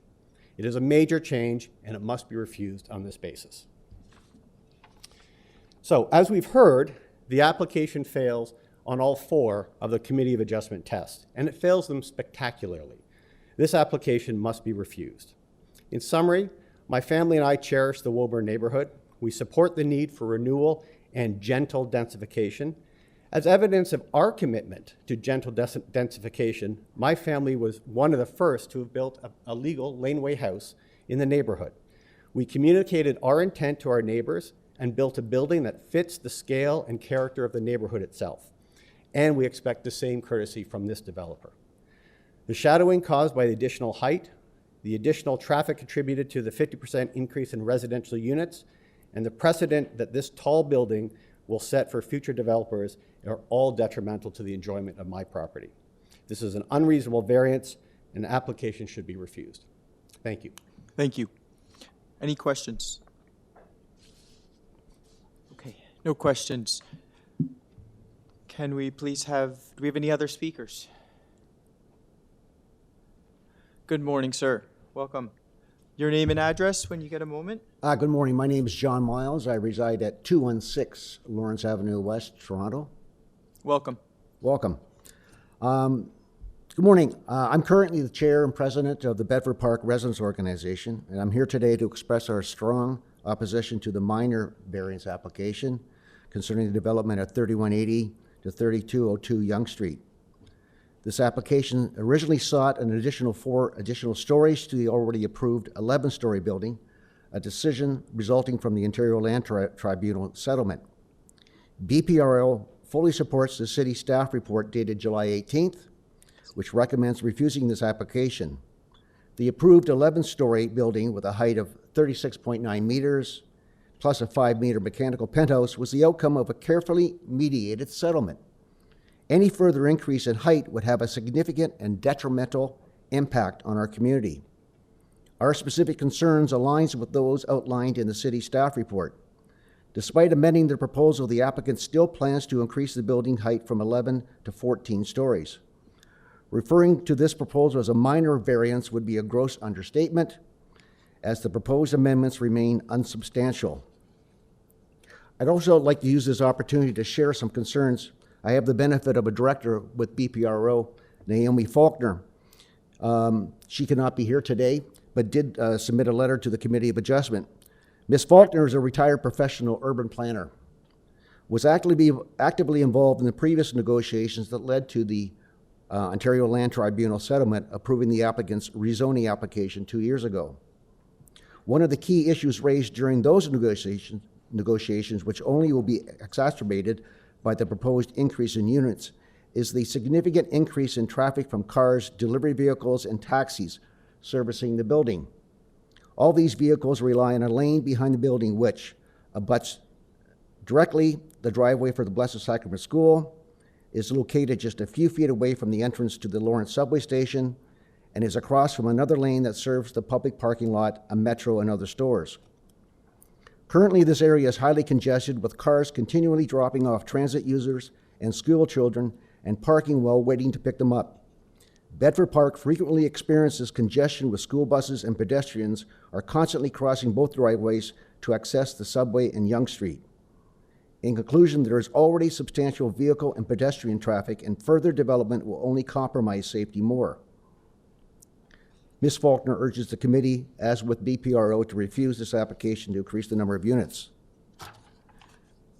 The applicant's representative claims in a letter of August 22nd that the revised 14-story building achieves a sensitive integration with the existing area context and responsive to the evolving physical and policy context for the broader area. I wasn't alone. A number of people had to read that a couple times to actually understand what did that mean. However, the last-minute changes places the community at a disadvantage. It deprived residents the opportunity to fully digest, review, and provide feedback on the revisions to the revised proposal. The applicant's assertion that this revision represents a sensitive integration reflects their own perspective and is not a view shared by the community. The applicant further asserts that the revised proposals are responsive to concerns raised by the residents. However, this claim remains unsubstantiated as the residents were not given sufficient opportunity to review and provide comments on the revised plans. Without this crucial steps, it's impossible to determine whether the revisions truly address the community's concerns. Bedford Park Resident Organization maintains its position that allowing an additional 3 stories to the approved building would set a dangerous precedent to future developments in our neighborhood, further eroding the character and livability of Bedford Park. We strongly urge the committee to refuse this application to maintain the integrity and well-being of our community. Thank you for your time and your consideration. Thank you, sir. Any questions? Yes, Mr. Nipfel. Could you tell me if, thank you, Mr. Chairman, could you tell me if there has been any consultation between the applicant and the Bedford Park Community Association on the application that's before us today? Some months ago, there was a phone call, an email initiated, and it resulted in a Zoom call where the applicant, the developer, shared with them their intent to file an application for a minor variance to lift the 11-story mediated settlement building to 15. That they provided some documents, diagrams, and it was basically the purpose of the meeting was to inform us and to share that information. It was not to engage or discuss or to extend what had happened in 2022 since then. It was not received that way. We did not accept it that way. It was their intent that this is the path they're going, and we're just giving you notice. Thank you very much. Okay. Any other questions? Okay. Any other speakers to this item? Staff? If that's it for in-person deputations, Mr. Speaker, there is one more person wishing to speak online. Okay, very good. Hi, this is Elizabeth Volante. Thank you for coming back to me. So as I mentioned earlier, my address is 20 Cranbrook. We purchased the property in 2018. And I believe that I would just like to speak to 2 points that I don't believe have previously been mentioned, although I'm in strong agreement with the points raised by the other residents, the Catholic School Board, and also by the Residents Association. So I'm speaking in some part for myself, but also for the other residents of Cranbrook that are going to be affected by this. I'm also the secretary of the Bedford Park Public School Parents Council, so I'll be speaking for the concerns of some of those parents as well. And I guess there's 2 primary concerns, or I guess 2 concerns, both of which are of very high importance to these groups. One of which is the safety concern that Kelsey mentioned earlier. I don't know if I'm assuming that there is a map in the presentation, but there's a number of children, given the boundaries of the Toronto Public School Board, who attend Bedford, who need to walk by the development every single day and cross the street at Ranley and Bedford Park, exactly where this will be. I have a 7-year-old son who's going to walk by there twice a day. There's also as well a higher number of senior citizens than one would necessarily have in other populations in this neighborhood too. They're somewhat slower in crossing, and too can negatively be affected by the busier traffic and by certainly more crowding and congestion on the streets. So those are other people in our community whose safety could be impacted by an increased size of this development. Again, I believe the neighborhood is generally in support of the development, but there is a real difference between 11 and 14 stories. The other thing is that it creates a dangerous precedent. As being on Cranbrook, we will not be in the shadow, but certainly watching the developer come back during a time when many people are on summer break to try and push for something that isn't a minor variance and that was in fact already settled is concerning. And if this is something that's allowed by the Committee of Adjustments, I think it really is going to open the door to further developments along Yonge Street, which will have many of the same concerns as this. And in fact, really open the door to the fact that the bylaw isn't something that needs to be observed. And the finality of agreements, of mediated agreements, in fact, isn't final, because you can come back and claim something is a minor variance despite the staff not supporting it, despite it failing the test, and still possibly see the economic benefit of that. So that's all I have to add. So thank you for your time. Thank you. Any questions? Okay. Staff, I hate to do this, but I will need to hold this. Let's hold this for 5 minutes. We do need a bathroom break. So let's take 5, and when we get back, we are going to have the applicant give them an opportunity to rebut those issues that were raised by those speaking in opposition today. So the time is now 11:55. We will resume at noon.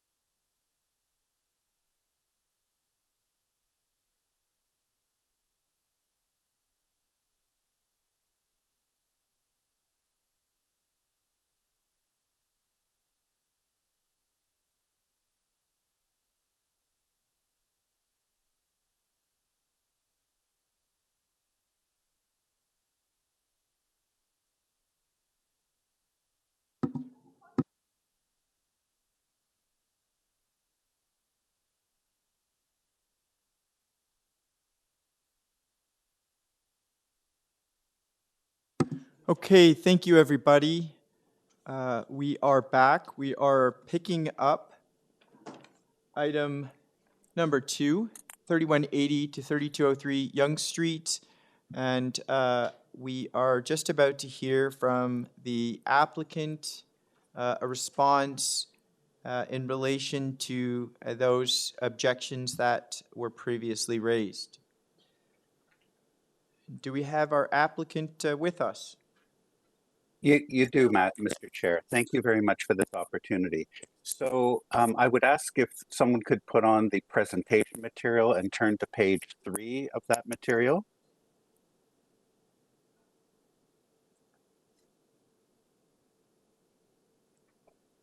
Okay, great, thank you. So this is the proposal. You can see that it doesn't occupy the whole block. You can see how close we are to the subway, but importantly also, you can see we don't have the southernmost property on that block, which is the TD Bank. There is a laneway behind the property, separated by a curb and a fence. And then there's the Catholic School Board property that has its own separate driveway that extends through from Woburn Avenue to Bedford Park. It's chained off, usually at Woburn, but it is open. The playground to which one of the speakers spoke to is in the southeast corner of the school building that you can see there. It's a rectangle that's fenced off, so that it will be separated by 2 driveways and a fence to the playground area. I will add that there be considerable separation. I will add that this building does not appreciably add to the traffic as compared to the original proposal. And I will add that ECS has reviewed the updated traffic impact study, and they find that they had no concerns and no objection to the approval of the proposal. In terms of the livability of the subject of the Bedford Park community, I'm just going to respectfully say that this is a small incremental increase. I would ask if you could turn to page 10 of the presentation, please.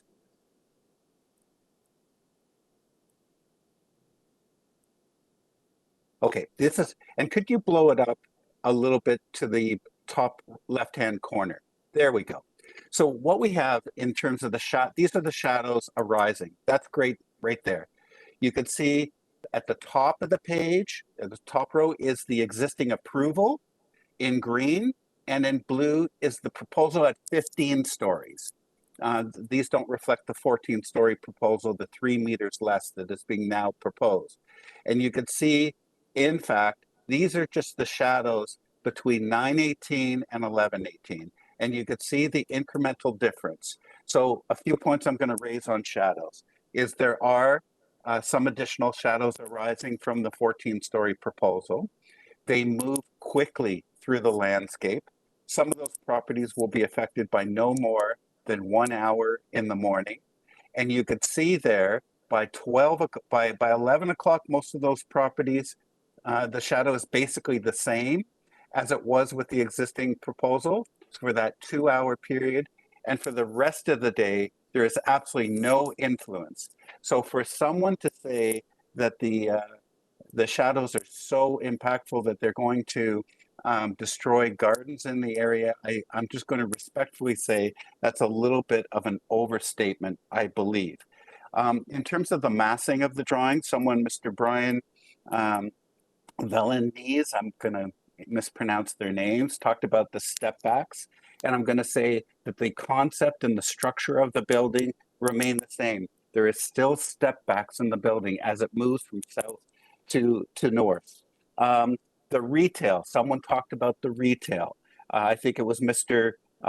Barberry spoke about that. There is no change in the retail from the existing proposal. There is no change in the public realm from the proposal. There was repeated concerns about bad precedents. I'm going to suggest to the committee that we live in a policy-led system of planning. It starts with the top down with the province, and then it carries on in terms of city planning. In terms of the province, we have a new PPS coming. We have Bill 185, and there is no doubt that there are billions of dollars being spent in terms of public transit support, and in areas that are well served by existing transit stations, there will be additional intensification happening. We are seeing it all over the city, and this area is no different than any others. We do have a 13-story building. It's not in a pit. If you're standing next to that building, it is immediately south of Lawrence, and this will be similarly scaled, although more articulated than that building because it has the step downs that building does not have. In terms of many comments from the school board, I will say construction management is a very important element of the planning process, to include neighbors, which include the school board. And it's something that's usually counselor led, that's done at the site plan approval stage. We would be happy to engage with the school board on particular construction management. And I don't know if that would be done as a condition of approval should the committee's wisdom be to approve this application, or we're undertaking to do it, or on behalf of the client, we're undertaking to do it before the site plan approval is granted. And that's normally when it's done. In terms of the neighborhood engagement, my final point is that we did reach out to the BPRA.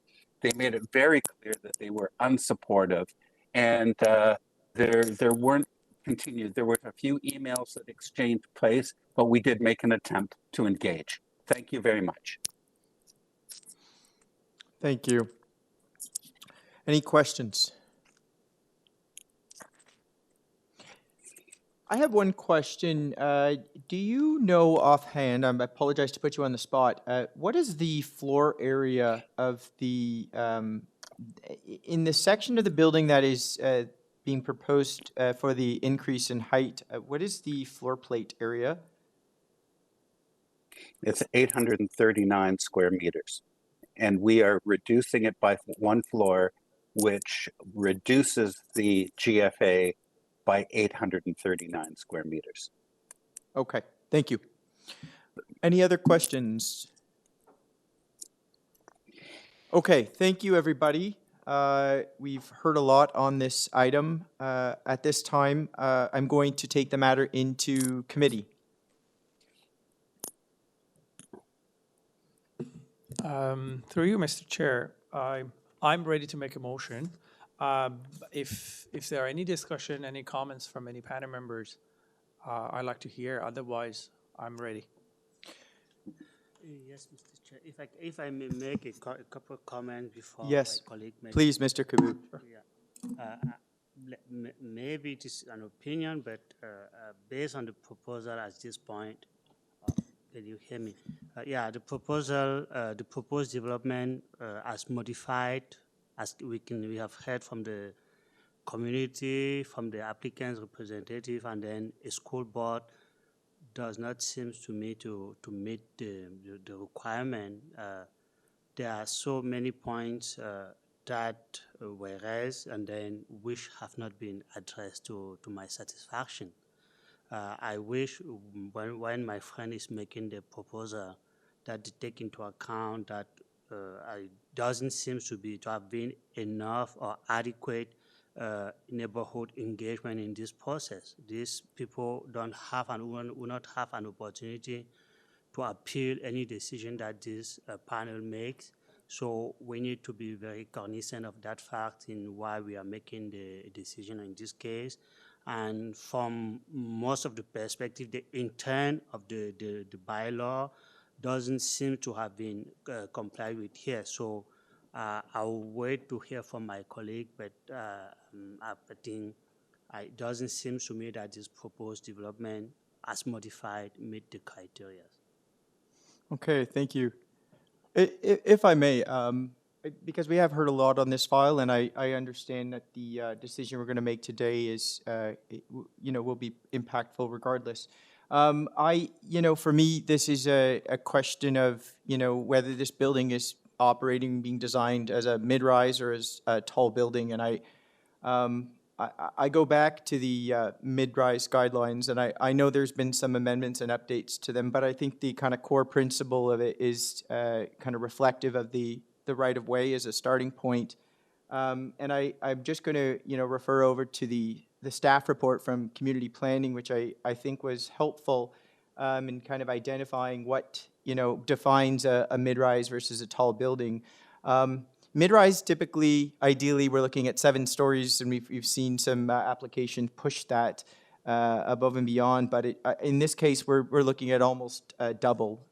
From a height perspective, we've got a 27-meter right-of-way with a proposed height between 49, depending which way you look at it, 49 to 58 meters. And just pulling from the staff report specifically, it notes the proposed 15-story building with its larger floor plate, setbacks, and stepbacks collectively do not achieve a built form that conforms to the built form policies of the official plan and consistency with the tall building design guidelines. I do agree with that, and that's where my concerns arise from this item. If I can, Mr. Chair, just before the motion. Yes, Mr. Bartolo. Just some brief comments on it.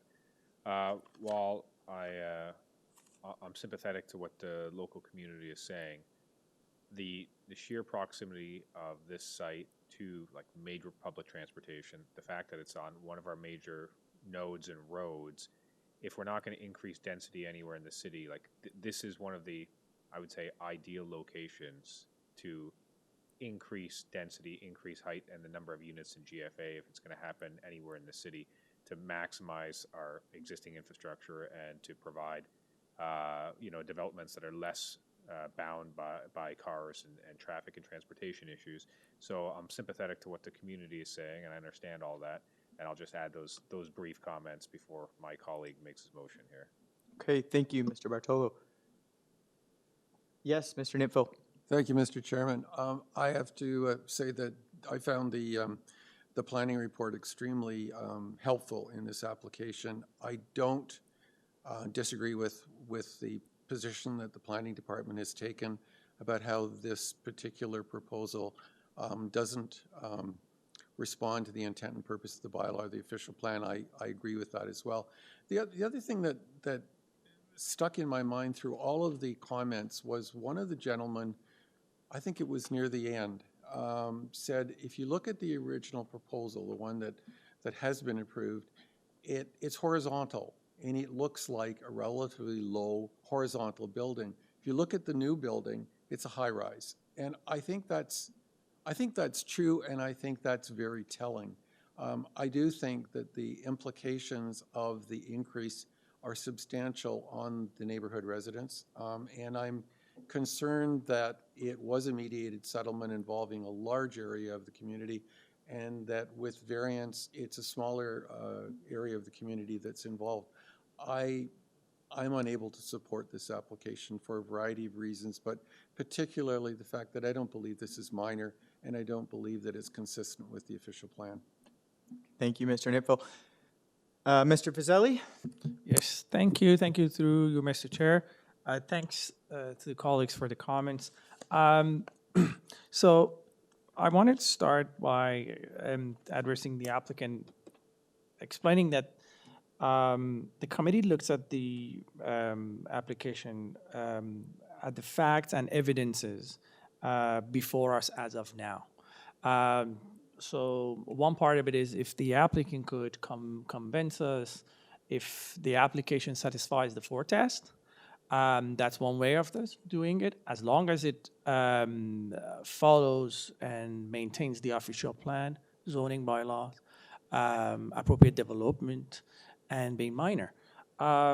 So by explaining this, I was not satisfied with the explanation of the applicant. I asked the question, why is it minor? I referred to staff report. I quote from the staff report. The answer was not clear. the explanation was not in the direction that official plan directs us. So for that being said, I do not think this application follows and meets the intents of the official plan, and zoning bylaw is not minor in nature and not appropriate development of the lands. The staff report clearly explains the points for it in terms of the heights, in terms of what you, Mr. Chair, explained about that point as well. And so I completely disagree with this application, so I forward the motion to refuse this application. Okay, thank you, Mr. Vazzelli. Do I have a seconder to the motion? Okay, second by Mr. Nipfel. All in favor? Okay, opposed? Mr. Bartolo opposes. Okay, the motion carries. The application is refused. Okay, let's move on to item number 3.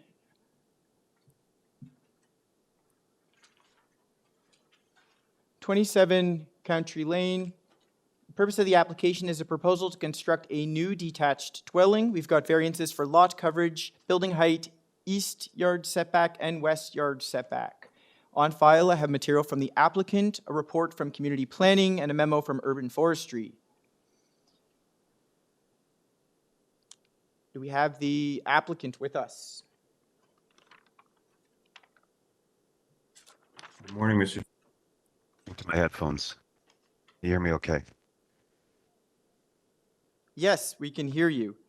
Your name and address. Thank you, Mr. Chair. Last name's, yes, sorry, sir. Last name's Bronskill, Bronskill, first initial D for David, 333 Bay Street, Suite 3400 in Toronto, Ontario, and here as agent for the applicant. Okay, Mr. Bronskill, I see that we have 2 other speakers. May I ask, are they with you as a party, or are they here in opposition? I actually don't know the answer to that, Mr. Chair. I don't know who's registered to speak. Same. I apologize.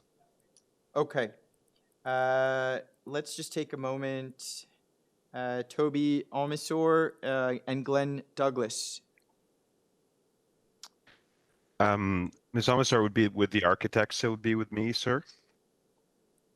Okay, and that is your architect's name, sir? Yes, it's Toby. You'll see there on the notice, sir. Toby Almasor would have filed the application. Toby works with Mr. Richard Wengel in the office of Richard Wengel Architects. Okay, and Mr. Douglas? I confess, sir, I don't know. Fair enough.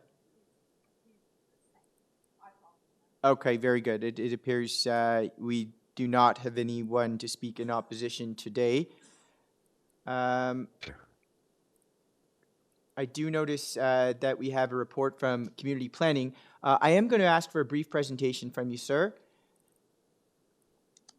Yes, sir. I'm happy to do that. And in part, sir, I should do the presentation even though there are 2 letters of support on file with you, and they're from the immediately adjacent neighbors, sorry, sir, at 25 and 29. Okay. You'll note in one of those letters, sir, there is confirmation of, actually that letter on the screen, thank you, staff, right there. Appreciate it. There's confirmation of a revision to the application that my client agreed to with Mr. Moscow at 25 Country Lane. You'll see there in the 3rd paragraph, he notes the proposed house will not extend beyond a 3.5 meter setback on the western side yard. And we made that change, sir. There are a revised set of materials that committee staff graciously, I think, have posted.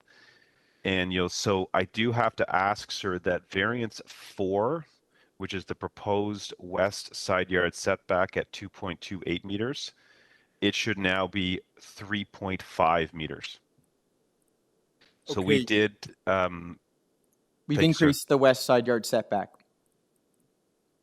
Yes, sir. And this is a case where, frankly, sir, there was good consultation by the client and the architects, but also my thanks to the neighbors who engaged. I think I've said to this committee before, consultation is often a two-way street. And there were very good discussions here with those neighbors. And so we appreciate them engaging. And the result is that revision, sir, and the two letters of support. I am aware of the report from Urban Forestry recommending standard condition number 2, and obviously we're accepting of that.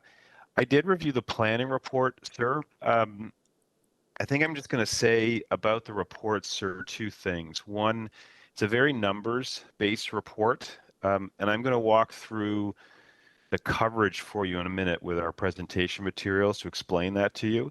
Before you and do it's that, the same thing with the Sir, Yes, sir. I apologize to interrupt, but just a clarifying question. No. With our modification of the setback, is there an updated site plan?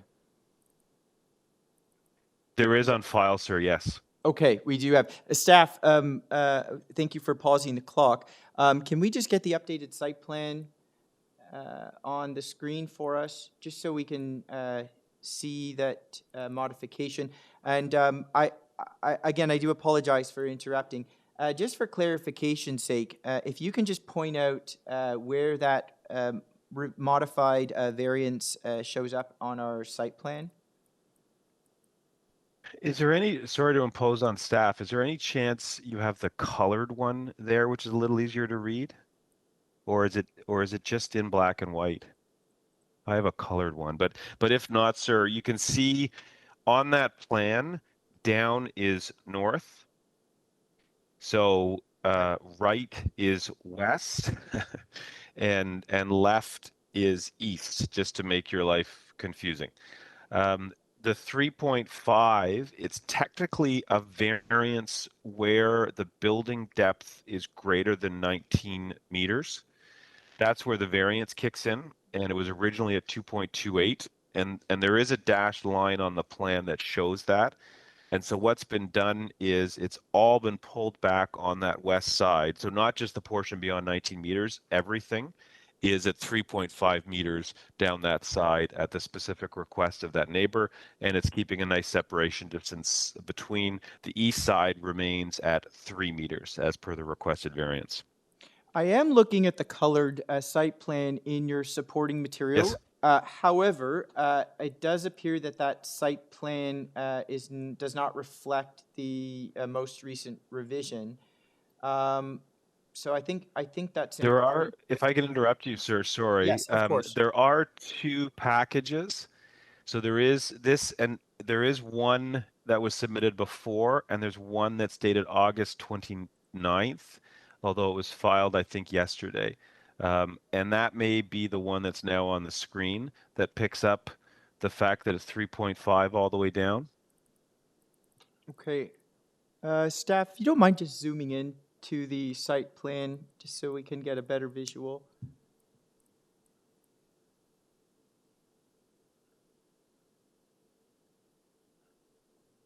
And it's a bit confusing, I recognize, with all the arrows and the colors. So the red outline is the required building envelope, and there's a 3 meter measurement at the front of the house or at the bottom or at the north to that red line. And then it's 3.51 meters from the property line to the house. So it's actually set back at the front more than is required by the bylaw. And so I am going to be recommending, for a number of reasons, that the committee impose a condition that any construction be substantially in accordance with the site plan. You'll then see that red dashed line goes left. That's where you get to the building depth of 19 meters. Yes, I see that. Yes, and then that's where it's supposed to be 7.5, and you'll see that the building then moves out to a greater setback at that point, varying between 3.5 and 3.62 meters. Okay. Sorry, and just to confirm, what is the date of the most recent site plan? Sorry, I zoomed in too much. Just give me a moment.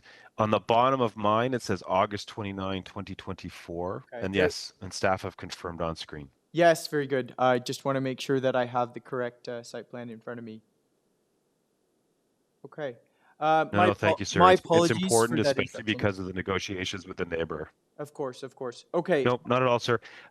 What Yes. what I was going to do is maybe just while staff have that presentation on the screen is do the second thing, which just deal with the coverage variance, because I am going to submit to the committee, and I don't often use this word, it is a bit of a technical variance in terms of the coverage. And so the coverage we are seeking is 40.06%. And if staff could just scroll down a little bit more, we've got 2 slides that we hope can help explain to the committee why I think this is actually a bit of a technical variance. The cabana at the back, it's required to be less than 5% coverage, and you'll see that in the top left in green. It's at 3.22%, so there's no specific variance required for the coverage of the cabana. We've then got the areas in green on the below that show the house at 21.61%. And then what we've attempted to do is show you where there's a basement underneath the terrace. And because that terrace is slightly elevated, once you're at 0.73 meters or 29 inches, you have to include that coverage. But it's not actually above grade structure, but it counts as coverage. And that's 15.23%. So all of that terrace area, there is underground beneath it, but it's not actually above grade structure. And so that terrace, if we didn't excavate below, could still be there in all of the exact design that's there. And there are no hardscape or landscaping variances. If staff could just scroll to the next slide for me. When I take then the cabana at 3.22% and the house at 21.61%, oh, sorry, maybe just back up one for staff. It should be just back up one. That's the one there. Thank you. That's excluding that terrace area from the coverage calculation. You'll see that the house and cabana are actually 24.83%. And so for the house and the cabana, we actually don't need a variance for coverage. It's because of the underground underneath the terrace. So if we didn't excavate beneath the terrace, everything you see there would be actually permitted without a variance for coverage being required.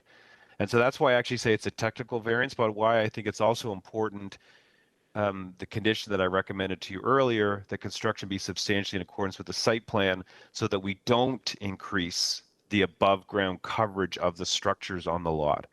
And I think the intended purpose of that variance is to ensure that the above grade structures don't occupy too much of the lot and overwhelm the lot. We don't have FSI here, which would be another mechanism to regulate the relationship of the size of the house to the size of the lot.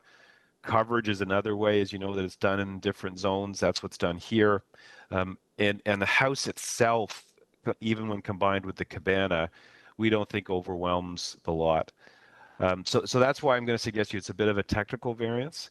I'll also speak very quickly, if I can, to the height. There's 2 things I wanted to tell you about the height. First is there is a previous decision from 2001 that actually approved 12.58 meters of height on the site.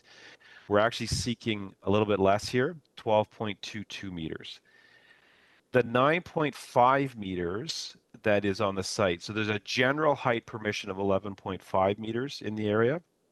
The 9.5 meters kicks in, and I apologize for getting very technical here, when the slope of the roof is not 1 vertical for every 4 horizontal for more than 50% of the house. And if staff could just scroll down on the elevation for a little bit more for me, it's the front elevation. This technically then, although there are sloped roofs, sloped portions of the roof on all sides, technically it counts as a flat roofed house because that flat portion, once you get up the slopes, is more than 50% of the roof. So you can see, and to exacerbate things, is measured from established grade, and you can see on the left side, that's slightly lower than the front porch or front steps on the left-hand side there of that elevation. So the house itself is only slightly above the maximum permitted height of 11.5 meters, But overall, we think it's in keeping with the neighborhood and is less than what was approved previously on the site. And the final thing I'll say, Mr. Chair, because there may be questions, this is also a street, if you go down it, where there are very generous front yard setbacks, and that's being implemented here. The houses are pushed well back from the street.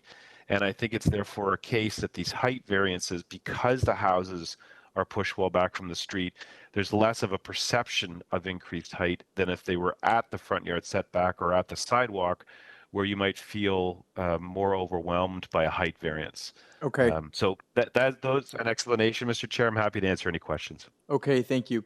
I'm just going to quickly jump back to our discussion with respect to the side setback and the updated site plan dated August 29th.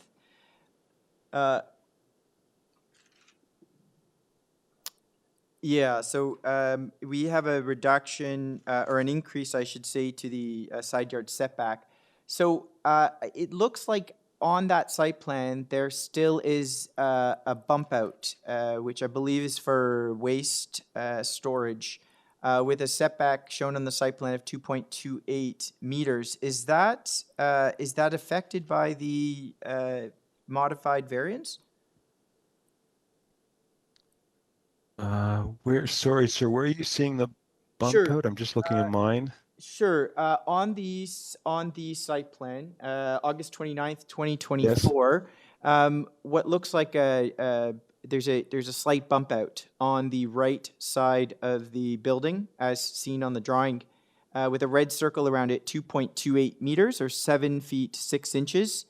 And if you look at the plans, that is the location of a waste storage on the side.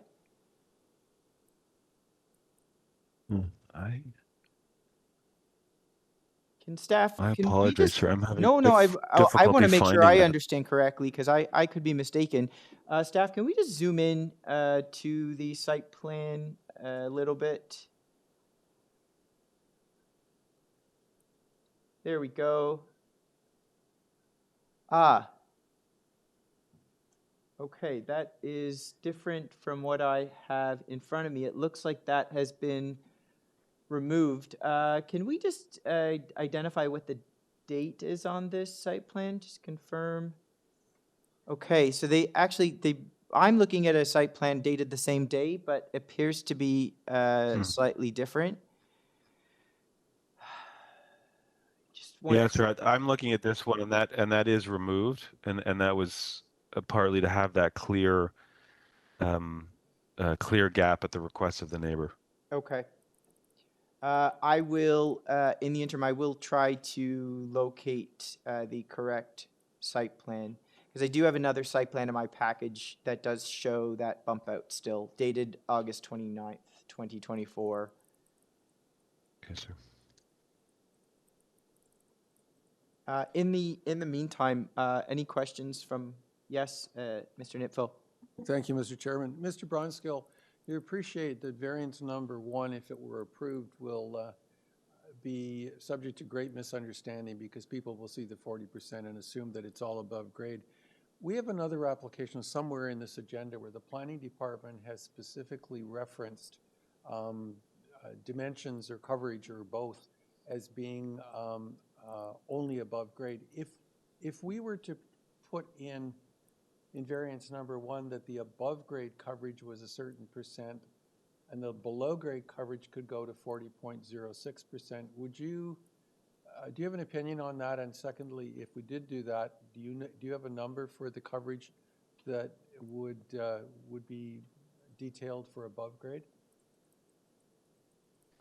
Thank you, sir. It's a good question. I would have no concern, and I just want to think about how best to draft that variance. And by the way, sir, I think I can answer the chair's question. I think what we did with the architectural packages, just to confuse you as much as possible, is they are both dated August 29th, i.e. the date of today's Committee of Adjustment hearing. So when you're looking at one that's dated August 29th, that would have been the previous set of supporting material filed on August 21st. Then we filed updated material yesterday that's also dated today, being the date of the committee. So, Mr. Chair, that's why I think both you and I were confused. They would both have that date. So that explains your question and what you were identifying on a plan dated August 29th. Okay, is there something to separate the two site plans so that we can reference should we need to the correct one? I'm in the hands of staff. I would date it as August 29th, and I think it would get attached. And I would just think that we would make sure we attach the one provided to the committee on August 28th. Staff, would that suffice for identification purposes? Or do we need something specific on the drawing to reference? We're okay using submission date? We're okay with that. Okay, thank you. Okay. Thank you, Mr. Chair. That Just resolves through that you. matter. And thank you. And then through you, Mr. Chair, back to Mr. Nipfel. The reason I would accept such a condition is I think it goes just slightly further, but is consistent with my suggestion of tying it to plans, because it would give, I think, better public explanation of what exactly is on those plans and limiting the variance so that somebody picking up the decision would see the difference between the above grade and the below grade. My suggestion would be to say that the coverage for the above grade structures, and it could be perhaps be in round brackets, house and cabana, is, and let me just confirm the number, is 24.83%. And then, I mean, the other option, sir, is to say the below grade, which is the excavated area under the terrace, which is 15.23%. But I would be fine with both tying it to plans and noting that the above grade structures, open round brackets, house and cabana, are 24.83%. But I'm also in your hands and that of staff is to make sure it's clear.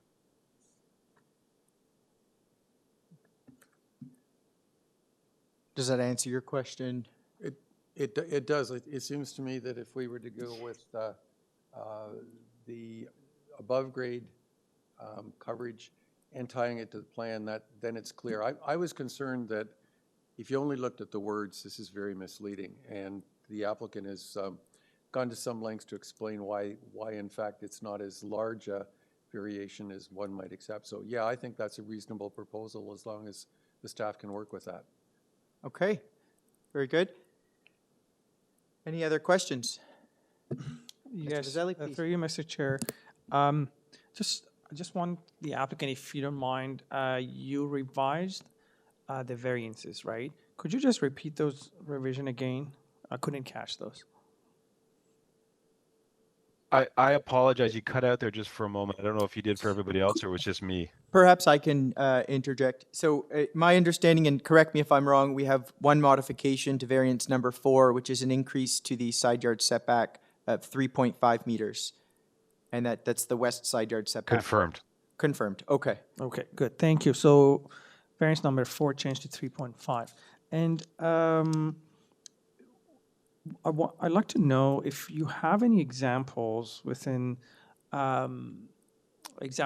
your immediate neighborhood with such kind of setbacks or lot coverage. I know you mentioned about the above ground, and my colleague clarified this, but do you have any sort of examples within your neighborhood with similar numbers? We pulled what we could for coverage variances and then included them in the slide deck. It's a bit of a constrained neighborhood. I'll acknowledge 2 of them are technically north of the Canadian Film Centre lands at 30 and 34.9%. And then on Country Lane and the Bridle Path, some just over 25, some then 30.46, 31, and 26.9. And I would just go back and say, I think our house and cabana coverage is then frankly consistent with those that are in the neighborhood. So those numbers that we are looking at for your neighbors, do you know if this is for the house only or if it is below grade as well? Do you have any idea No, for your neighbors? My understanding, it's a fair question. My understanding is those are above grade coverages. And I think it's why Mr. Nipfel's suggested condition, which I admittedly had not thought of, is a good one. Okay, thank you. Any further questions? Okay, thank you. Just going to confirm that we don't have any additional speakers on this item. No additional speakers. Okay, let's take this matter into committee.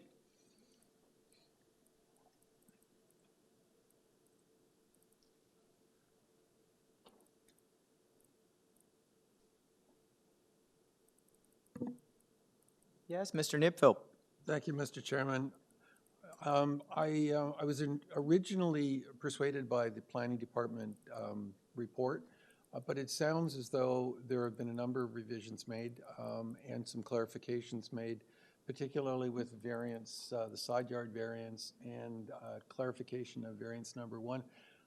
I believe with the changes and the explanation from the applicant that this in fact is a reasonable development. I think it in fact is consistent with the neighborhood character and the community values, and I would be very pleased to move a motion of approval subject to forestry condition number 2 and the changes that the applicant has suggested, and also tying the approval to the site plan that has been referred to earlier in the discussion.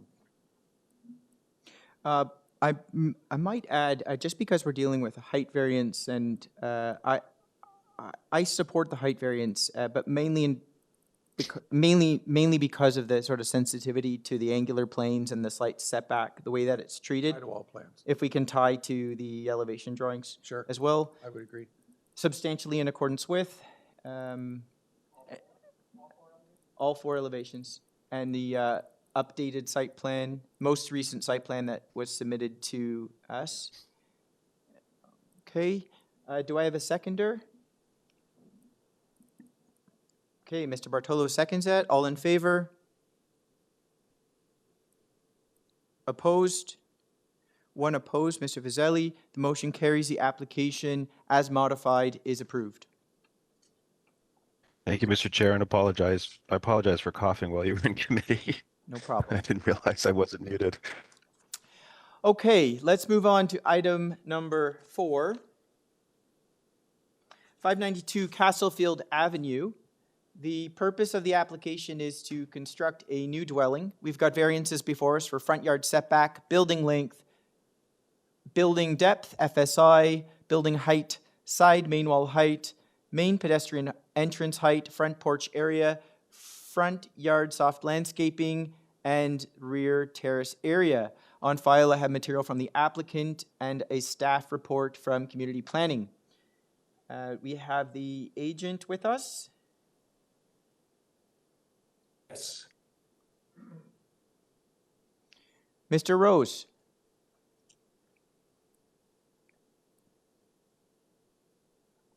Hello? Hello. You're muted, I think. Hello? Can you hear me? Hi, I did not hear you, but I can speak now if you want. Yes. I just want to make sure.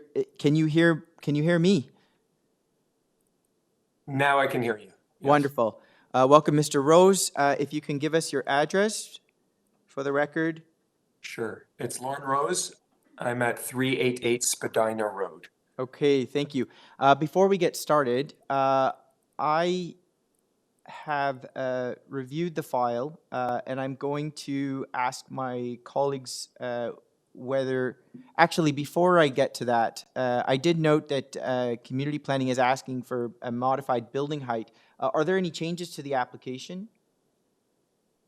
Yes. So we are going to change variance 5 as per the request of community planning. So that should read, the proposed building height is 10.8 meters, whereas it should be 10 meters. And if you choose to approve the application, we agree that it should be under the staff conditions that variance 1, 2, and 3 be developed substantially in accordance with the site plan drawing submitted to the Committee of Adjustment and attached attachment 1 of his report. We have no problem with that. Okay, thank you, Mr. Rose. You certainly make my job a little easier. I'm going to ask my colleagues whether they would like to hear a presentation, given the modifications that have been made, that are in line with the staff report from planning. No modification, Mr. Chair, but I'm willing to make a motion for us on this application. Well, before we get to that, I'd like to hear that. Let's find out if we require a presentation. Okay, we don't require a presentation, so if it's all right with you, it looks like we can head right into committee for a decision, Mr. Rose. Sure. Okay, thank you. Let's take this into committee. Mr. Kaboo? Yes, Mr. Chair, as the applicant has agreed to make the changes requested by the staff report, and the application seems straightforward as well, so I'm willing to make a motion unless my colleagues have comments or objections. So no objections. So I'll make a proposal that this application will be approved as such with the modification of variance number 5 to 10.8 meters, and then that the variance number 1, 2, 3 be developed substantially in accordance with the site plan drawing submitted to the committee and as attached. Okay, we've got a motion. Do I have a seconder? Mr. Bartolo, thank you. All in favor? Okay, that is unanimous. Motion carries. Application is approved as modified. All right, moving along. We are on item number 5, 2116 Eglinton Avenue West. The purpose of the application is the development proposal consists of an 8-story mixed-use residential building with a ground floor retail. We have variances that are required due to revisions of the massing of the building and a reduction in the underground parking. On file, we've got material from the applicant, as well as a memo from Transportation Services, letter from Metrolinx, and one letter of objection from One Little Boulevard. Let's get our applicant. My name is Matthew Lang, agent for the owner, address 95 Vaughan Street in Guelph. Mr. Lang, welcome. Let's get the clock up. I'm going to ask for a brief presentation. The floor is yours. Thank you, Mr. Chair, members of committee. Also with me today is Sujin Chung, architect for the project. She can speak if so desired. The application before you is a rezoning. We started this proposal in 2020. We had our zoning bylaw adopted in 2022. We've been working on our site plan application during this period. Several city policies have come into effect during this time, which is why we bring forward this application before you today. We've spent the last several months working with city planning and urban design to implement the change in those policies. So in terms of the mid-rise policies, under the old sort of design system, you had that wedding cake type building. We've been able to modify that now, again, through positive meetings with city planning and urban design staff to bring forward the new design that's before you today. At the same time, the city parking bylaw was changed to reduce parking. So we've submitted a transportation memo to you as well to address those changes in policy. So with that, we filed our application. We've reduced our parking from P2 to P1, and we have transportation staff comments on file. And we, should the committee deem this application acceptable, we would proceed with those conditions of approval, and we would modify our site plan application to ensure we address all transportation comments. With that, if there's any sort of design specific questions, I'll pass it over to Sujin Chung. Okay, thank you. I believe we may have some questions, but we do have some other speakers. At this time, do we have any questions for the applicant? Yes, Mr. Nipfel. Thank you, Mr. Chairman. You may wish to respond to this after the speaker, but he has raised a number of safety concerns about traffic at the back of the building. And I wanted to know if you wanted to speak to that first, or do you want to just respond to his comments? In response to his comments, sir, there have been no changes to the base of the building. All of the changes are to the upper portions to eliminate that wedding cake design. So we have a much more efficient building now than previous, and responding to the change in those mid-rise policies. So from a ground floor perspective, there are no changes from the previous approval. Okay, any other questions? Okay, let's get our next speaker.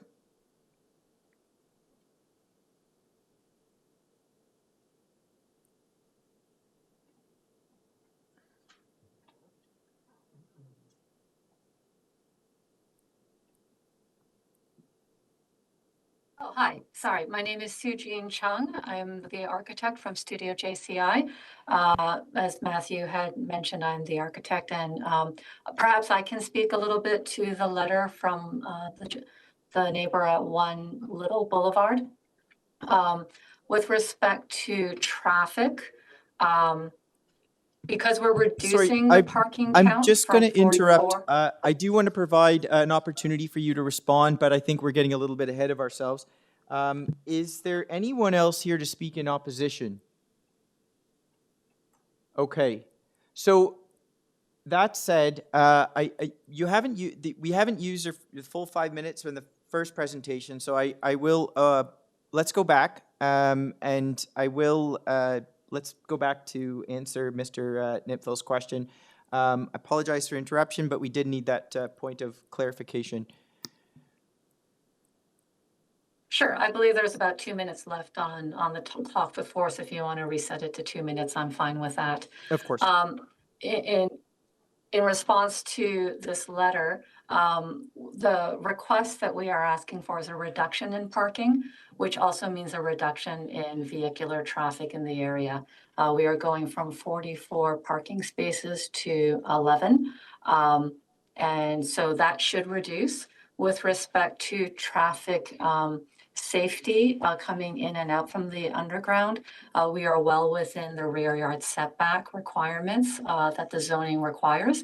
So, any additional comments would have come from transportation, but as you are aware, the letter that we received from transportation has no objections to our proposal.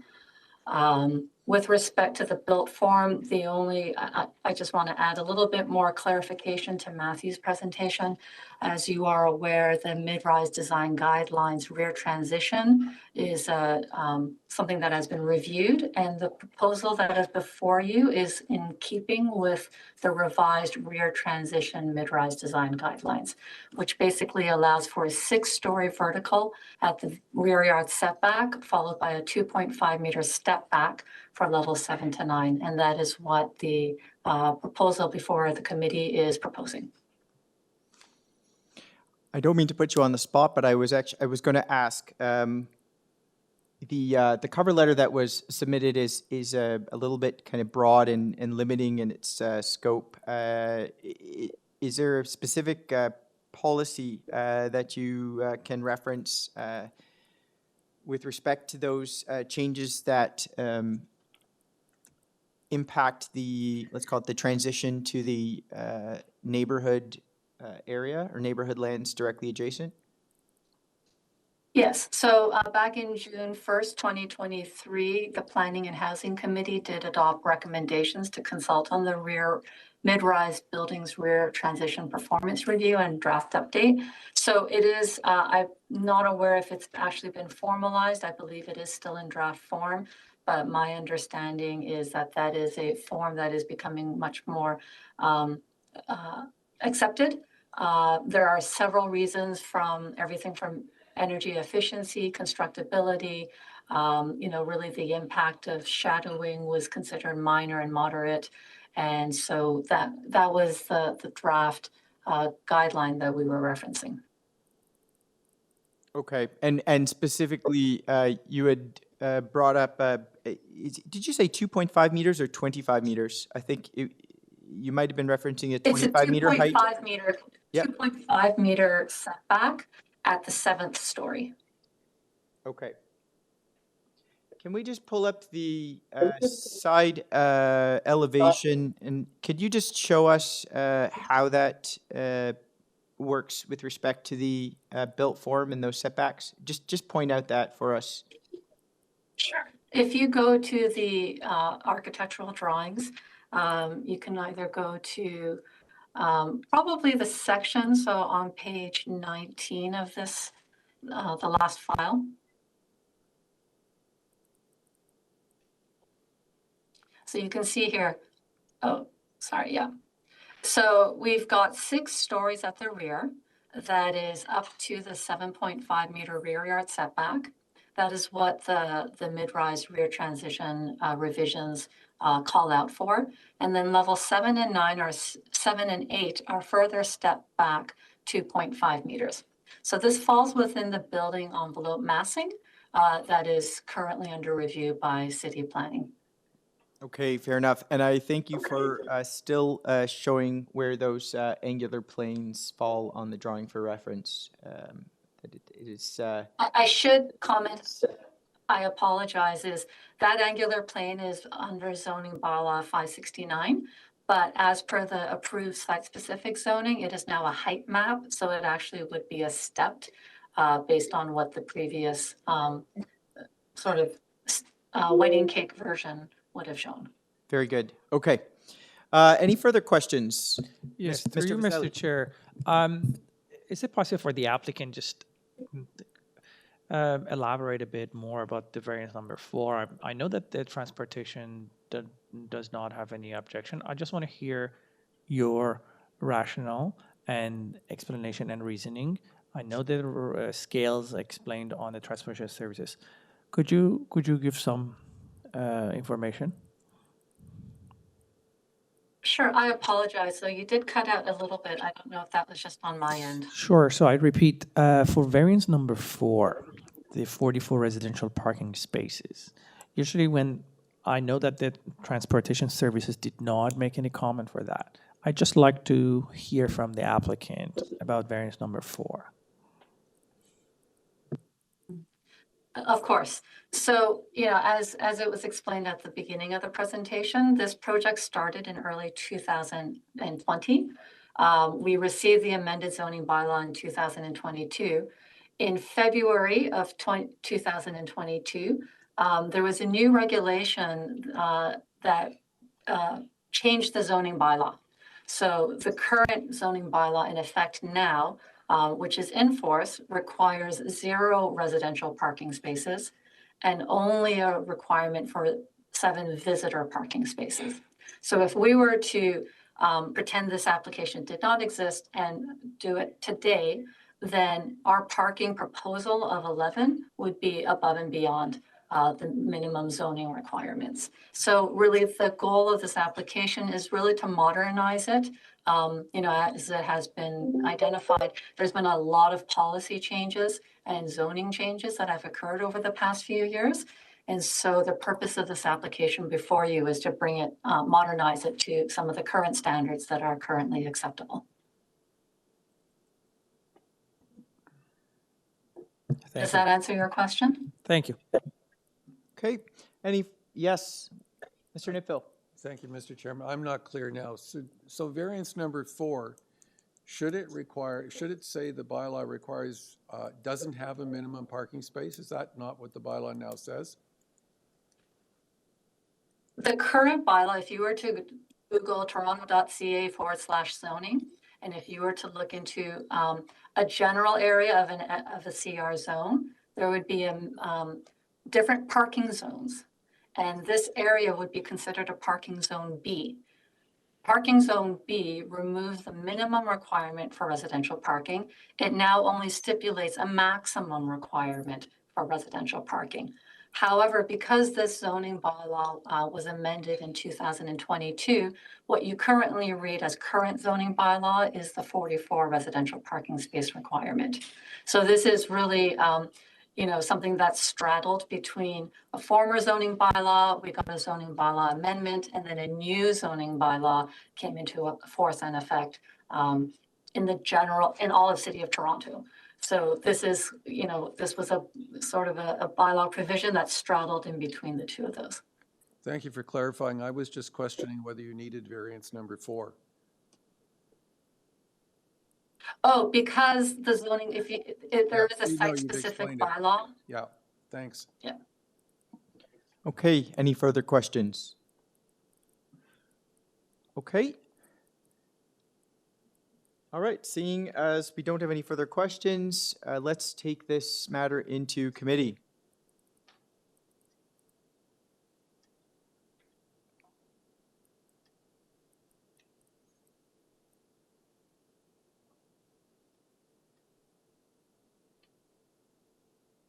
Yes, Mr. Bartolo. Thank you, Mr. Chair, through you. If there's no commentary from the panel, I can go forward with the motion. All good? Through you, Mr. Chair, given some of the policy changes, especially around what we were just speaking about with regards to parking and modifications to mid-rise guidelines and just the generally changing nature of the area, I think the proposed development is appropriate. We have no opposition and we have no staff objection, and transportation has no issues with what's being proposed here today. Therefore, I'll put forward a motion to approve this application. Okay, thank you, Mr. Bartolo. I might note we do have one letter of opposition, but to your point, I do agree that the amount of opposition on this application is quite limited and specific to traffic and issues, which I think were appropriately addressed by our Transportation Services Department. So we've got a motion for approval. Mr. Chair, sorry, there are, if approved, sorry to interrupt, there are transportation conditions. Thank you, Mr. Secretary Treasurer.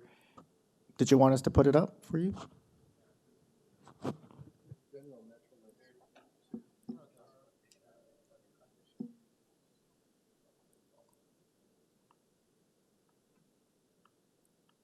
Through you, Mr. Chair, they're up on the screen.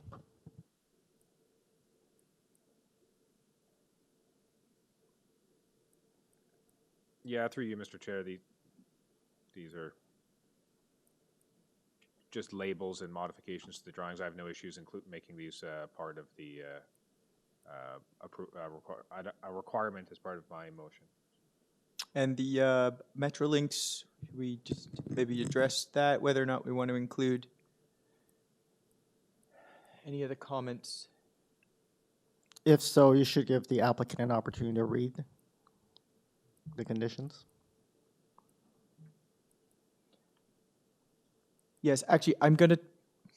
Let's pause this for a second and just reconfigure it and then get the proper motion. Yeah, I realize we're in the middle of a motion, but I think it is necessary to stand down the motion just for a minute and come out of committee just to ask the applicant if they are aware of the Metrolinx email.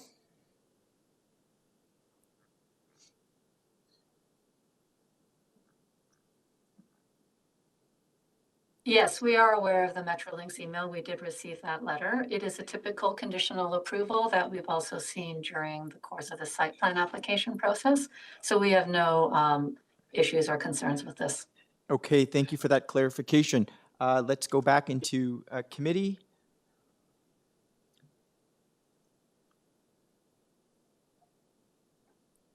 So through you, Mr. Chair, I'll modify the previous with a motion to approve subject to the conditions noted in the Transportation Services report and subject to the conditions of approval noted in the Metrolinx report. Okay, thank you. Mr. Nitfield, is that a second? Yes, it is. Okay, we have a seconder. All in favor? Okay, that is unanimous. The application is approved. Yes, staff, I think we can. Okay. All right, let's move on to item number 6, 63 Stewart Avenue. The purpose of the application is a proposal to construct a new dwelling. We have one variance before us for lot coverage on file, and we've got material from the applicant. Do we have our agent with us? Good afternoon, Mr. Chair and community members. My name is Meng Dizan. The address is 2710 14th Avenue, Markham, postal code L3R0J1. Thank you. I have reviewed the file. I don't have any questions, and I don't require a presentation, so I'm going to ask my colleagues whether or not they require a presentation. I'm seeing no.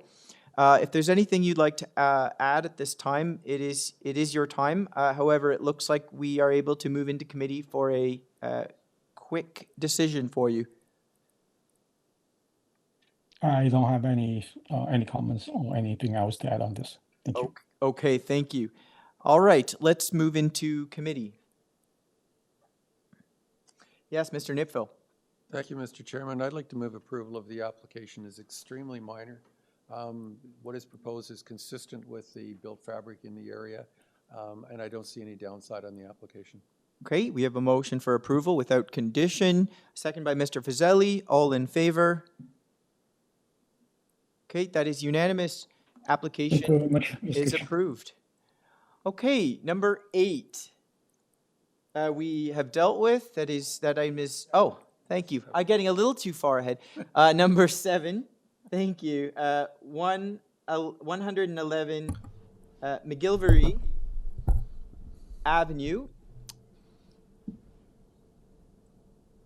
The purpose of the application is to construct a new 2-story detached dwelling. We've got variances for the pedestrian entrance height, side main wall height, the number of stories, canopy encroachment and setback, lot coverage, front yard landscaping, number of platforms off a rear wall, platform areas, and platform encroachment.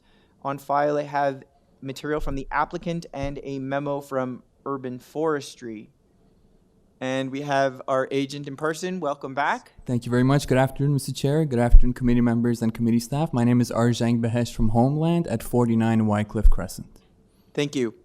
I have reviewed the file. I don't have any questions, and I don't require a presentation. So I am going to ask my colleagues whether or not they would like to hear a presentation.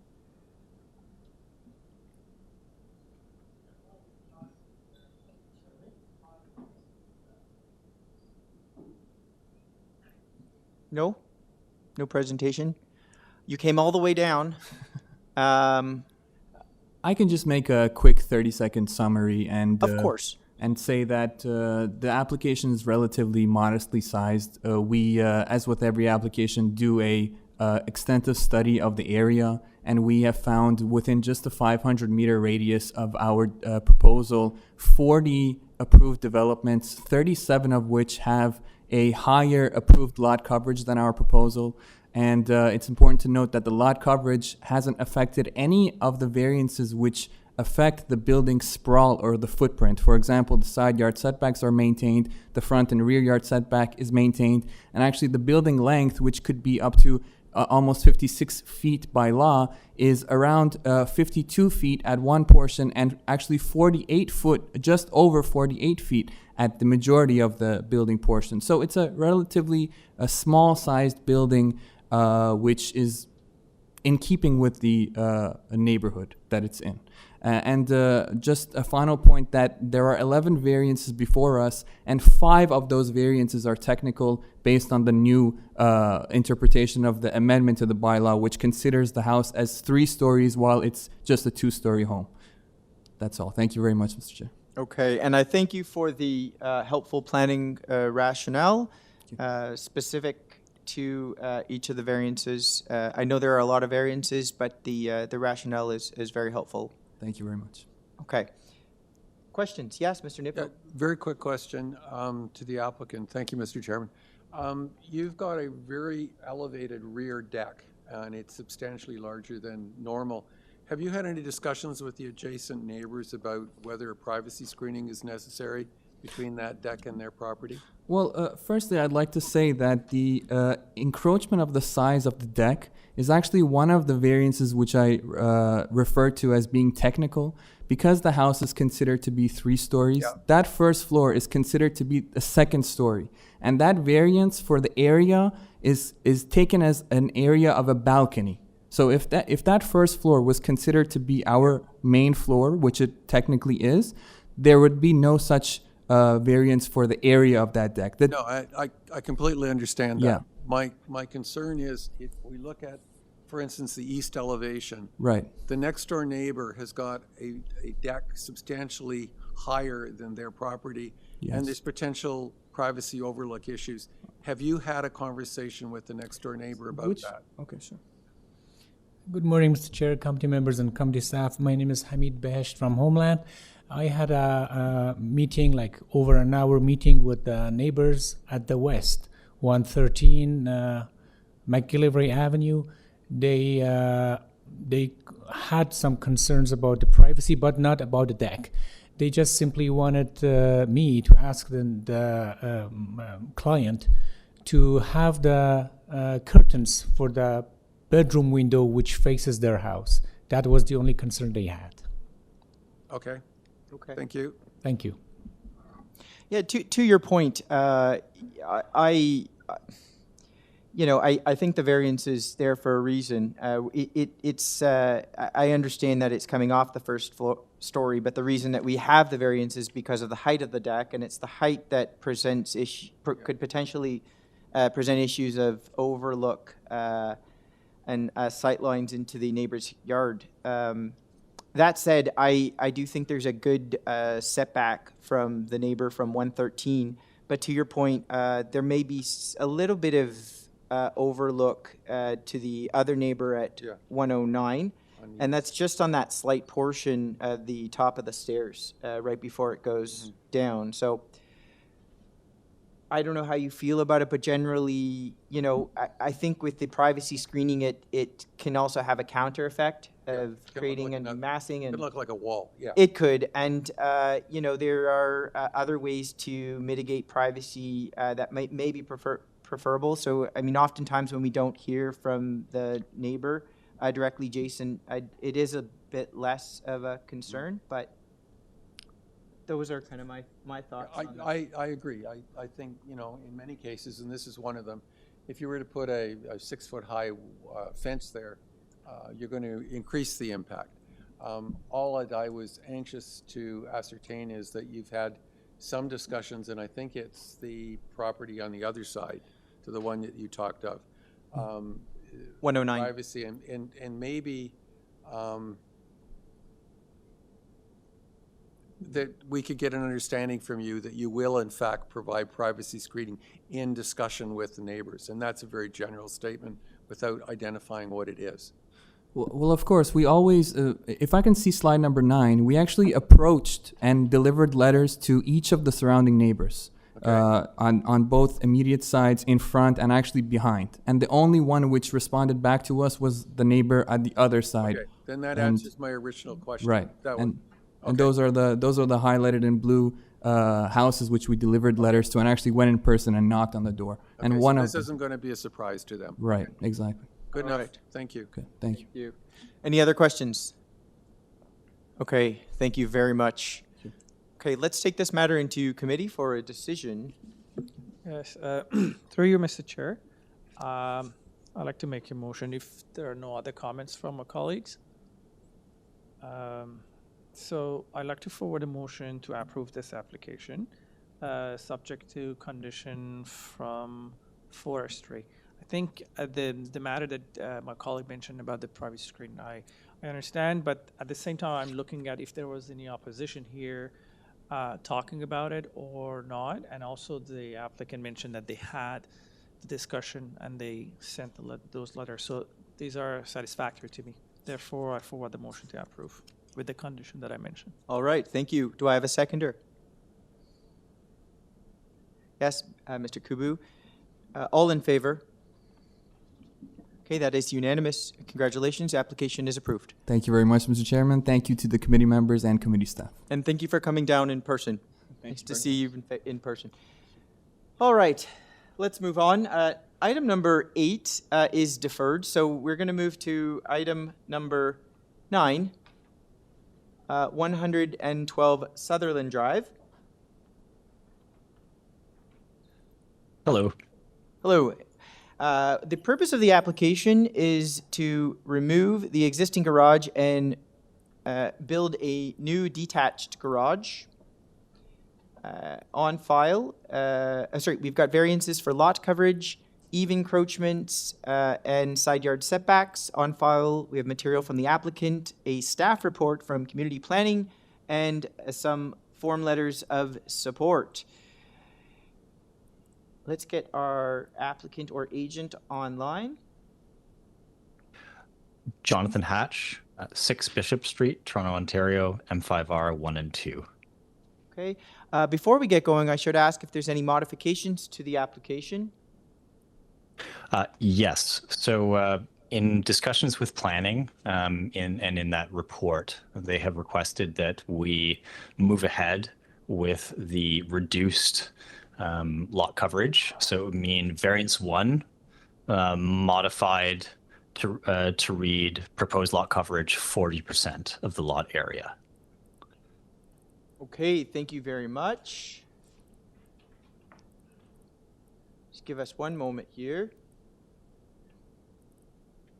Actually, just a clarifying question, and just looking at the initial plan versus the revised plan, is that lot coverage reduction come from the exclusion of sort of a structure on the side? That's correct. Okay, so you've removed that structure, but the garage itself remains more or less sort of in line with the initial set of plans. Is that fair to say?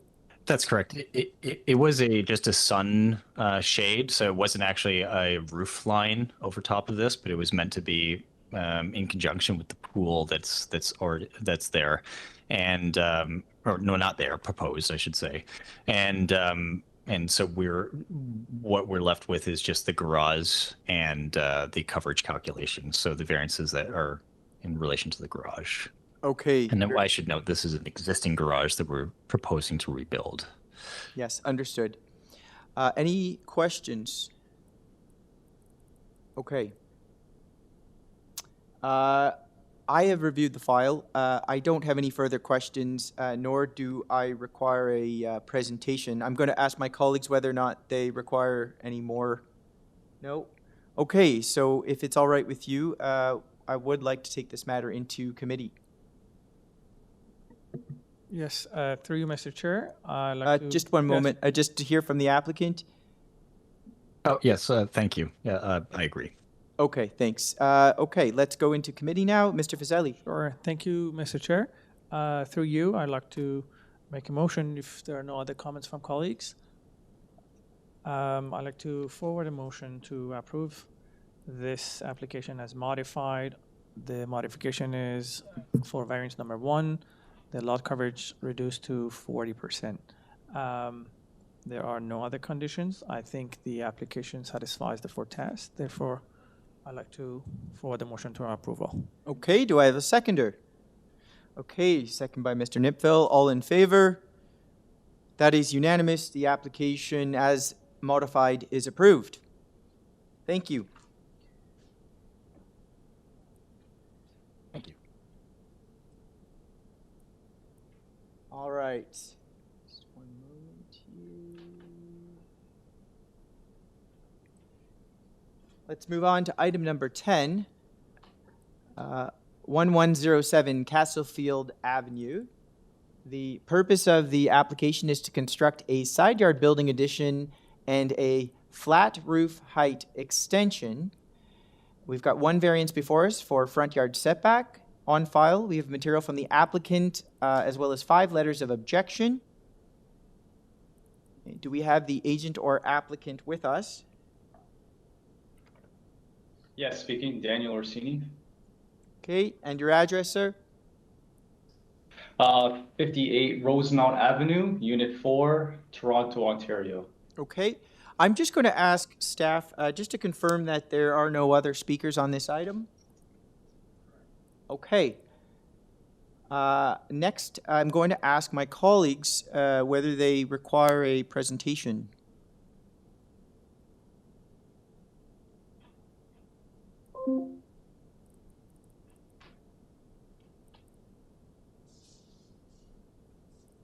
Or perhaps there's a specific question.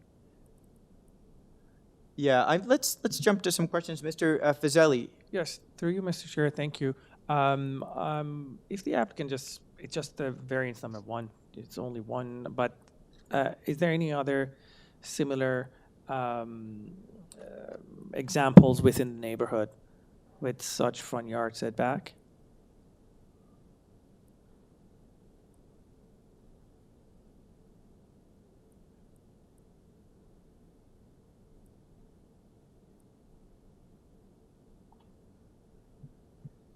We have our applicant. Hello, yeah, you guys can hear me now? We can hear you. Okay. In the surrounding neighborhood, from what I've seen, maybe down the road, yes. But some of them, the neighbors are actually 3 meters from I think maybe a little bit further, but they're close to the property line in the front, yes. Okay, thank you. Yes, Mr. Bartolo. Thank you, Mr. Chair. Just to confirm with the applicant, this setback's an existing condition from everything I'm seeing, correct? That's correct. Yeah, it looks like your neighbor across the street with the industrial supply building is kind of in a similar situation to you as well, just for some context. That's correct, yes. So some of the buildings are set back, but most of the majority, especially the adjacent neighbors, are closer to the property line at the front. Got it. So your addition has nothing to do with the setback. It's an already pre-existing condition from the building. That's correct, yes. Got it. Thank you. Yes, Mr. Nibfil. Thank you, Mr. Chairman. I appreciate that we're not looking at the use, we're looking at the variance. But I'm interested to know whether there's been any consultation with the adjacent residents who, as you're probably aware, have raised a lot of concerns about the operation of this property. Right, so what we're doing is proposing a side yard addition to the building at 1107 Castlefield Riders Auto Body Shop. And the addition is going to be 5 meters wide on the west side of the property. All the bylaws comply, except of course, the front yard setback, where the building has to be now, they want a max 3 meters from the property line. But we are applying and proposing for a variance for the front yard setback regarding the addition to be basically flush with the existing footprint. That is a legal non-conforming condition where the existing building was built further back into the property back in the 1950s. Now, the reason why we are keeping it flush or for the following points in support with the existing footprint is one is to allow efficient circulation for vehicular movement on the property as this business is based off automobile repair. To maintain the parking spaces and for car drop off and pickup, to allow a fire roof or fire truck access to come in and out efficiently, and of course not to block the line of sight view of the existing buildings beyond on the east side, such as 2474 Dufferin Street in the corner. These are the outlines, the points that we're trying to outline. The proposed work will be used for just the accessory of just vehicular storage only. They currently do have cars and trucks stored there as we speak, but the purpose of this is to enclose these vehicles from precipitation such as ice, rain, and especially snow during the winters, as the owner has expanded with the service. And of course, there will be car lifts for both trucks and cars, therefore the ceiling will be much higher. But that's what we're requesting. That's helpful, but it didn't answer my question. I wanted to know if you've had any consultation or discussions with the adjacent residential users. I believe the owner hasn't responded to that with me. He didn't say anything that he did. He spoke to the adjacent neighbors. So from what I know, no, nothing was said with him and the neighbor. I don't think the neighbor even went to him. I did ask him last week on the Thursday that if he had any conversations with the surrounding neighbors, Nothing. Thank you. No problem. Any further questions? Mr. Yes. Chair, just to clarify, we have opposition letters from neighbors, and you're advising this panel that the applicant or the owner did not actually consult those neighbors about the proposed development.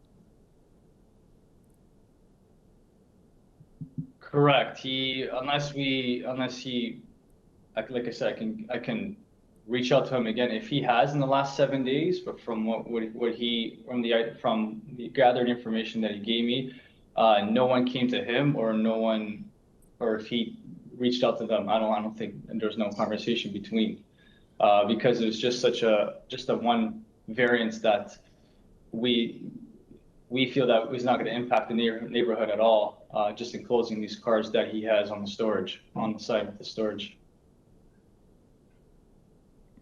Okay. Any further questions? Okay, I'm going to go back to the applicant. I realize actually, before I do that, I'm going to ask, my colleagues don't have any other questions. Do my colleagues need to hear a full presentation? No. Okay. It appears we don't need a presentation. So I'm going to go back to the applicant. If there's anything else you'd like to add, it is your time. Otherwise, we will move into committee for a decision. Yeah, like I said, it's just a proposal side yard addition. Just to recap quickly, all bylaws comply. Obviously, the building has to be 3 meters away from the property line, but we're just going to make it flush with the existing building footprint that we have as we speak, to, of course, allow efficient circulation for vehicular movement for his property as his business based on automobile repair, to maintain the parking spaces and car drop-off and pickup, and, of course, to allow the fire route for fire truck access for safety precautions. Of course, not to block the line of sight for the adjacent buildings behind it or beside us on the east end.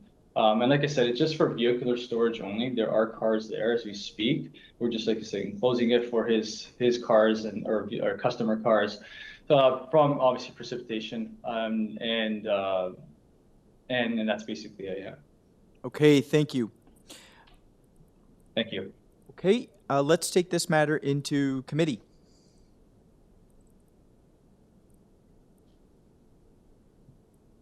Yes, Mr. Bartolo. Yes, through you, Mr. Chair, if there's no comments from my colleagues, I'll put forward a motion. Yes, please. Given that this is an existing condition and this building was built some time ago and there's no other variances here, I'm going to put forward a motion to approve this application as is.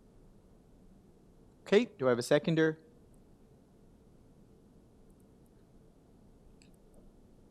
Okay, I will second the motion. All in favor? Opposed? Okay, the motion fails.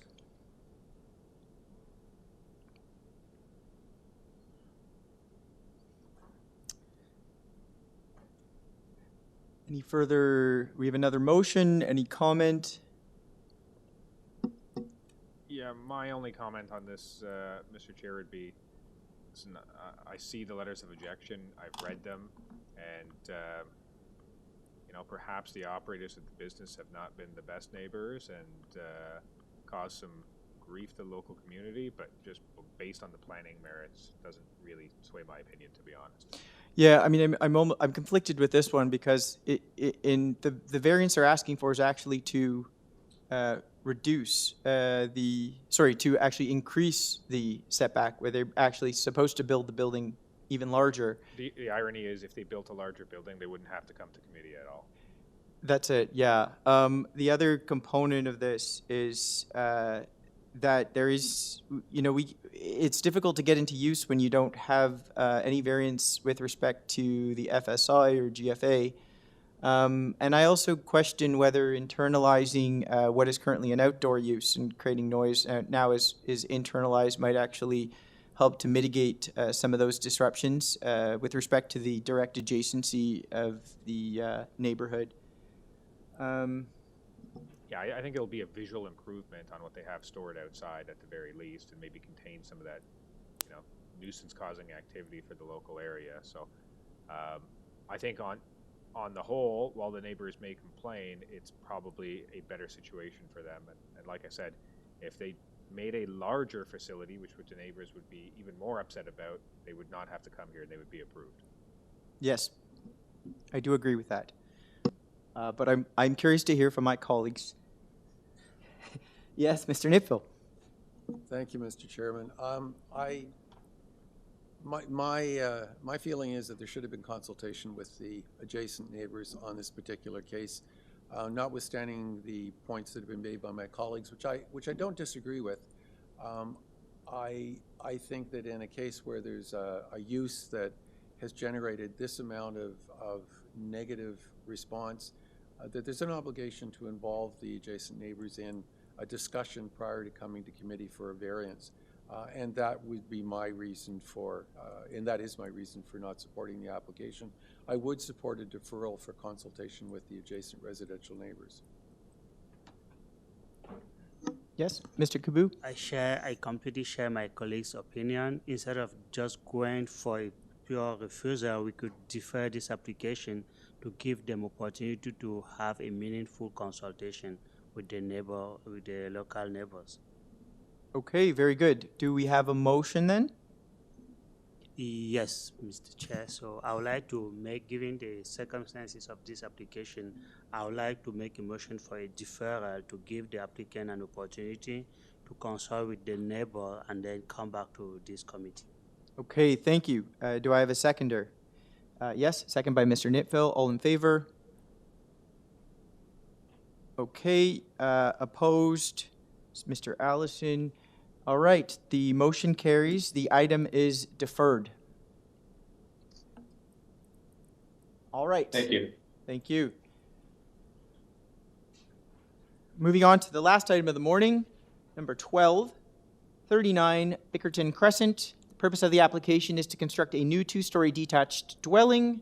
We have one variance for lot coverage before us. On file, I have material from the applicant. Do we have the applicant with us? Yes. Good afternoon, Chair and Chair committee members. My name is Helen He.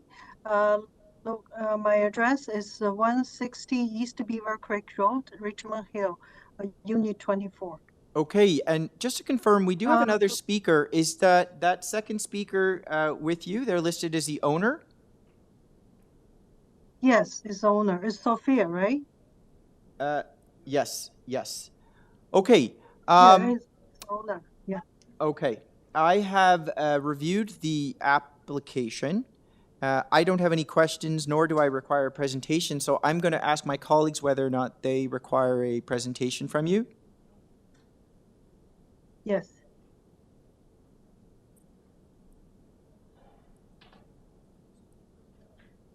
Yes.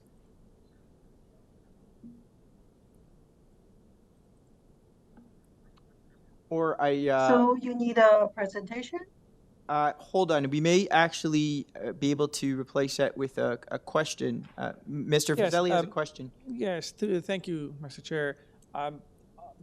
I think just for the public, because there is a lot of concern, if just you could comment on what we have in front of us for a lot of concerns, it would be a fair process. Yes, I think there's a letter from the neighbor.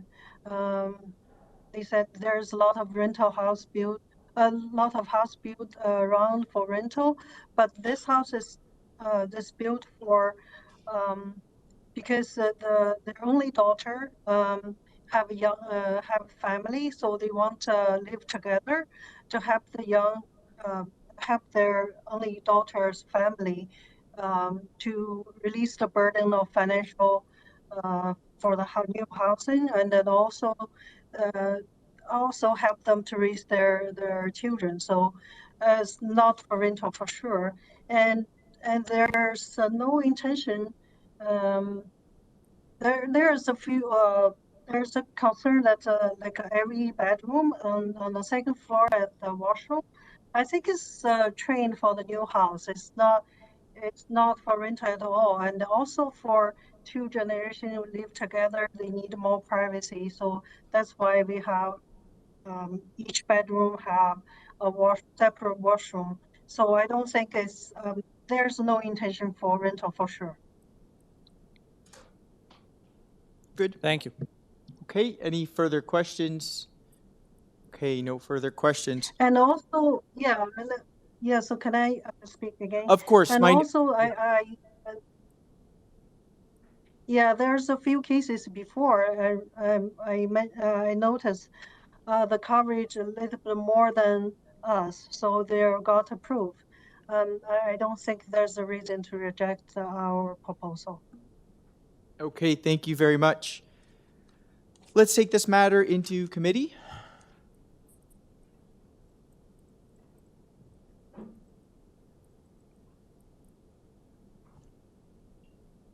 Yes, Mr. Nipfel. Thank you, Mr. Chairman. I think this is a fairly straightforward application. The variance that's requested is, in my view, quite minor. There's a letter of concern which I don't think addresses the issue before us, the variance issue before us. I don't see a negative implication to the variance being approved, and I'd like to move its approval. Okay. Second by Mr. Fazeli. All in favor? That is unanimous. The motion carries. The application is approved. Okay, thank you, everybody. That concludes... Thank you, Chair. Thank you, committee members. Thank course. you very much. That concludes our morning session. The time is now 1:39. We will resume our afternoon session in 1 hour's time at 2:40. Thank you.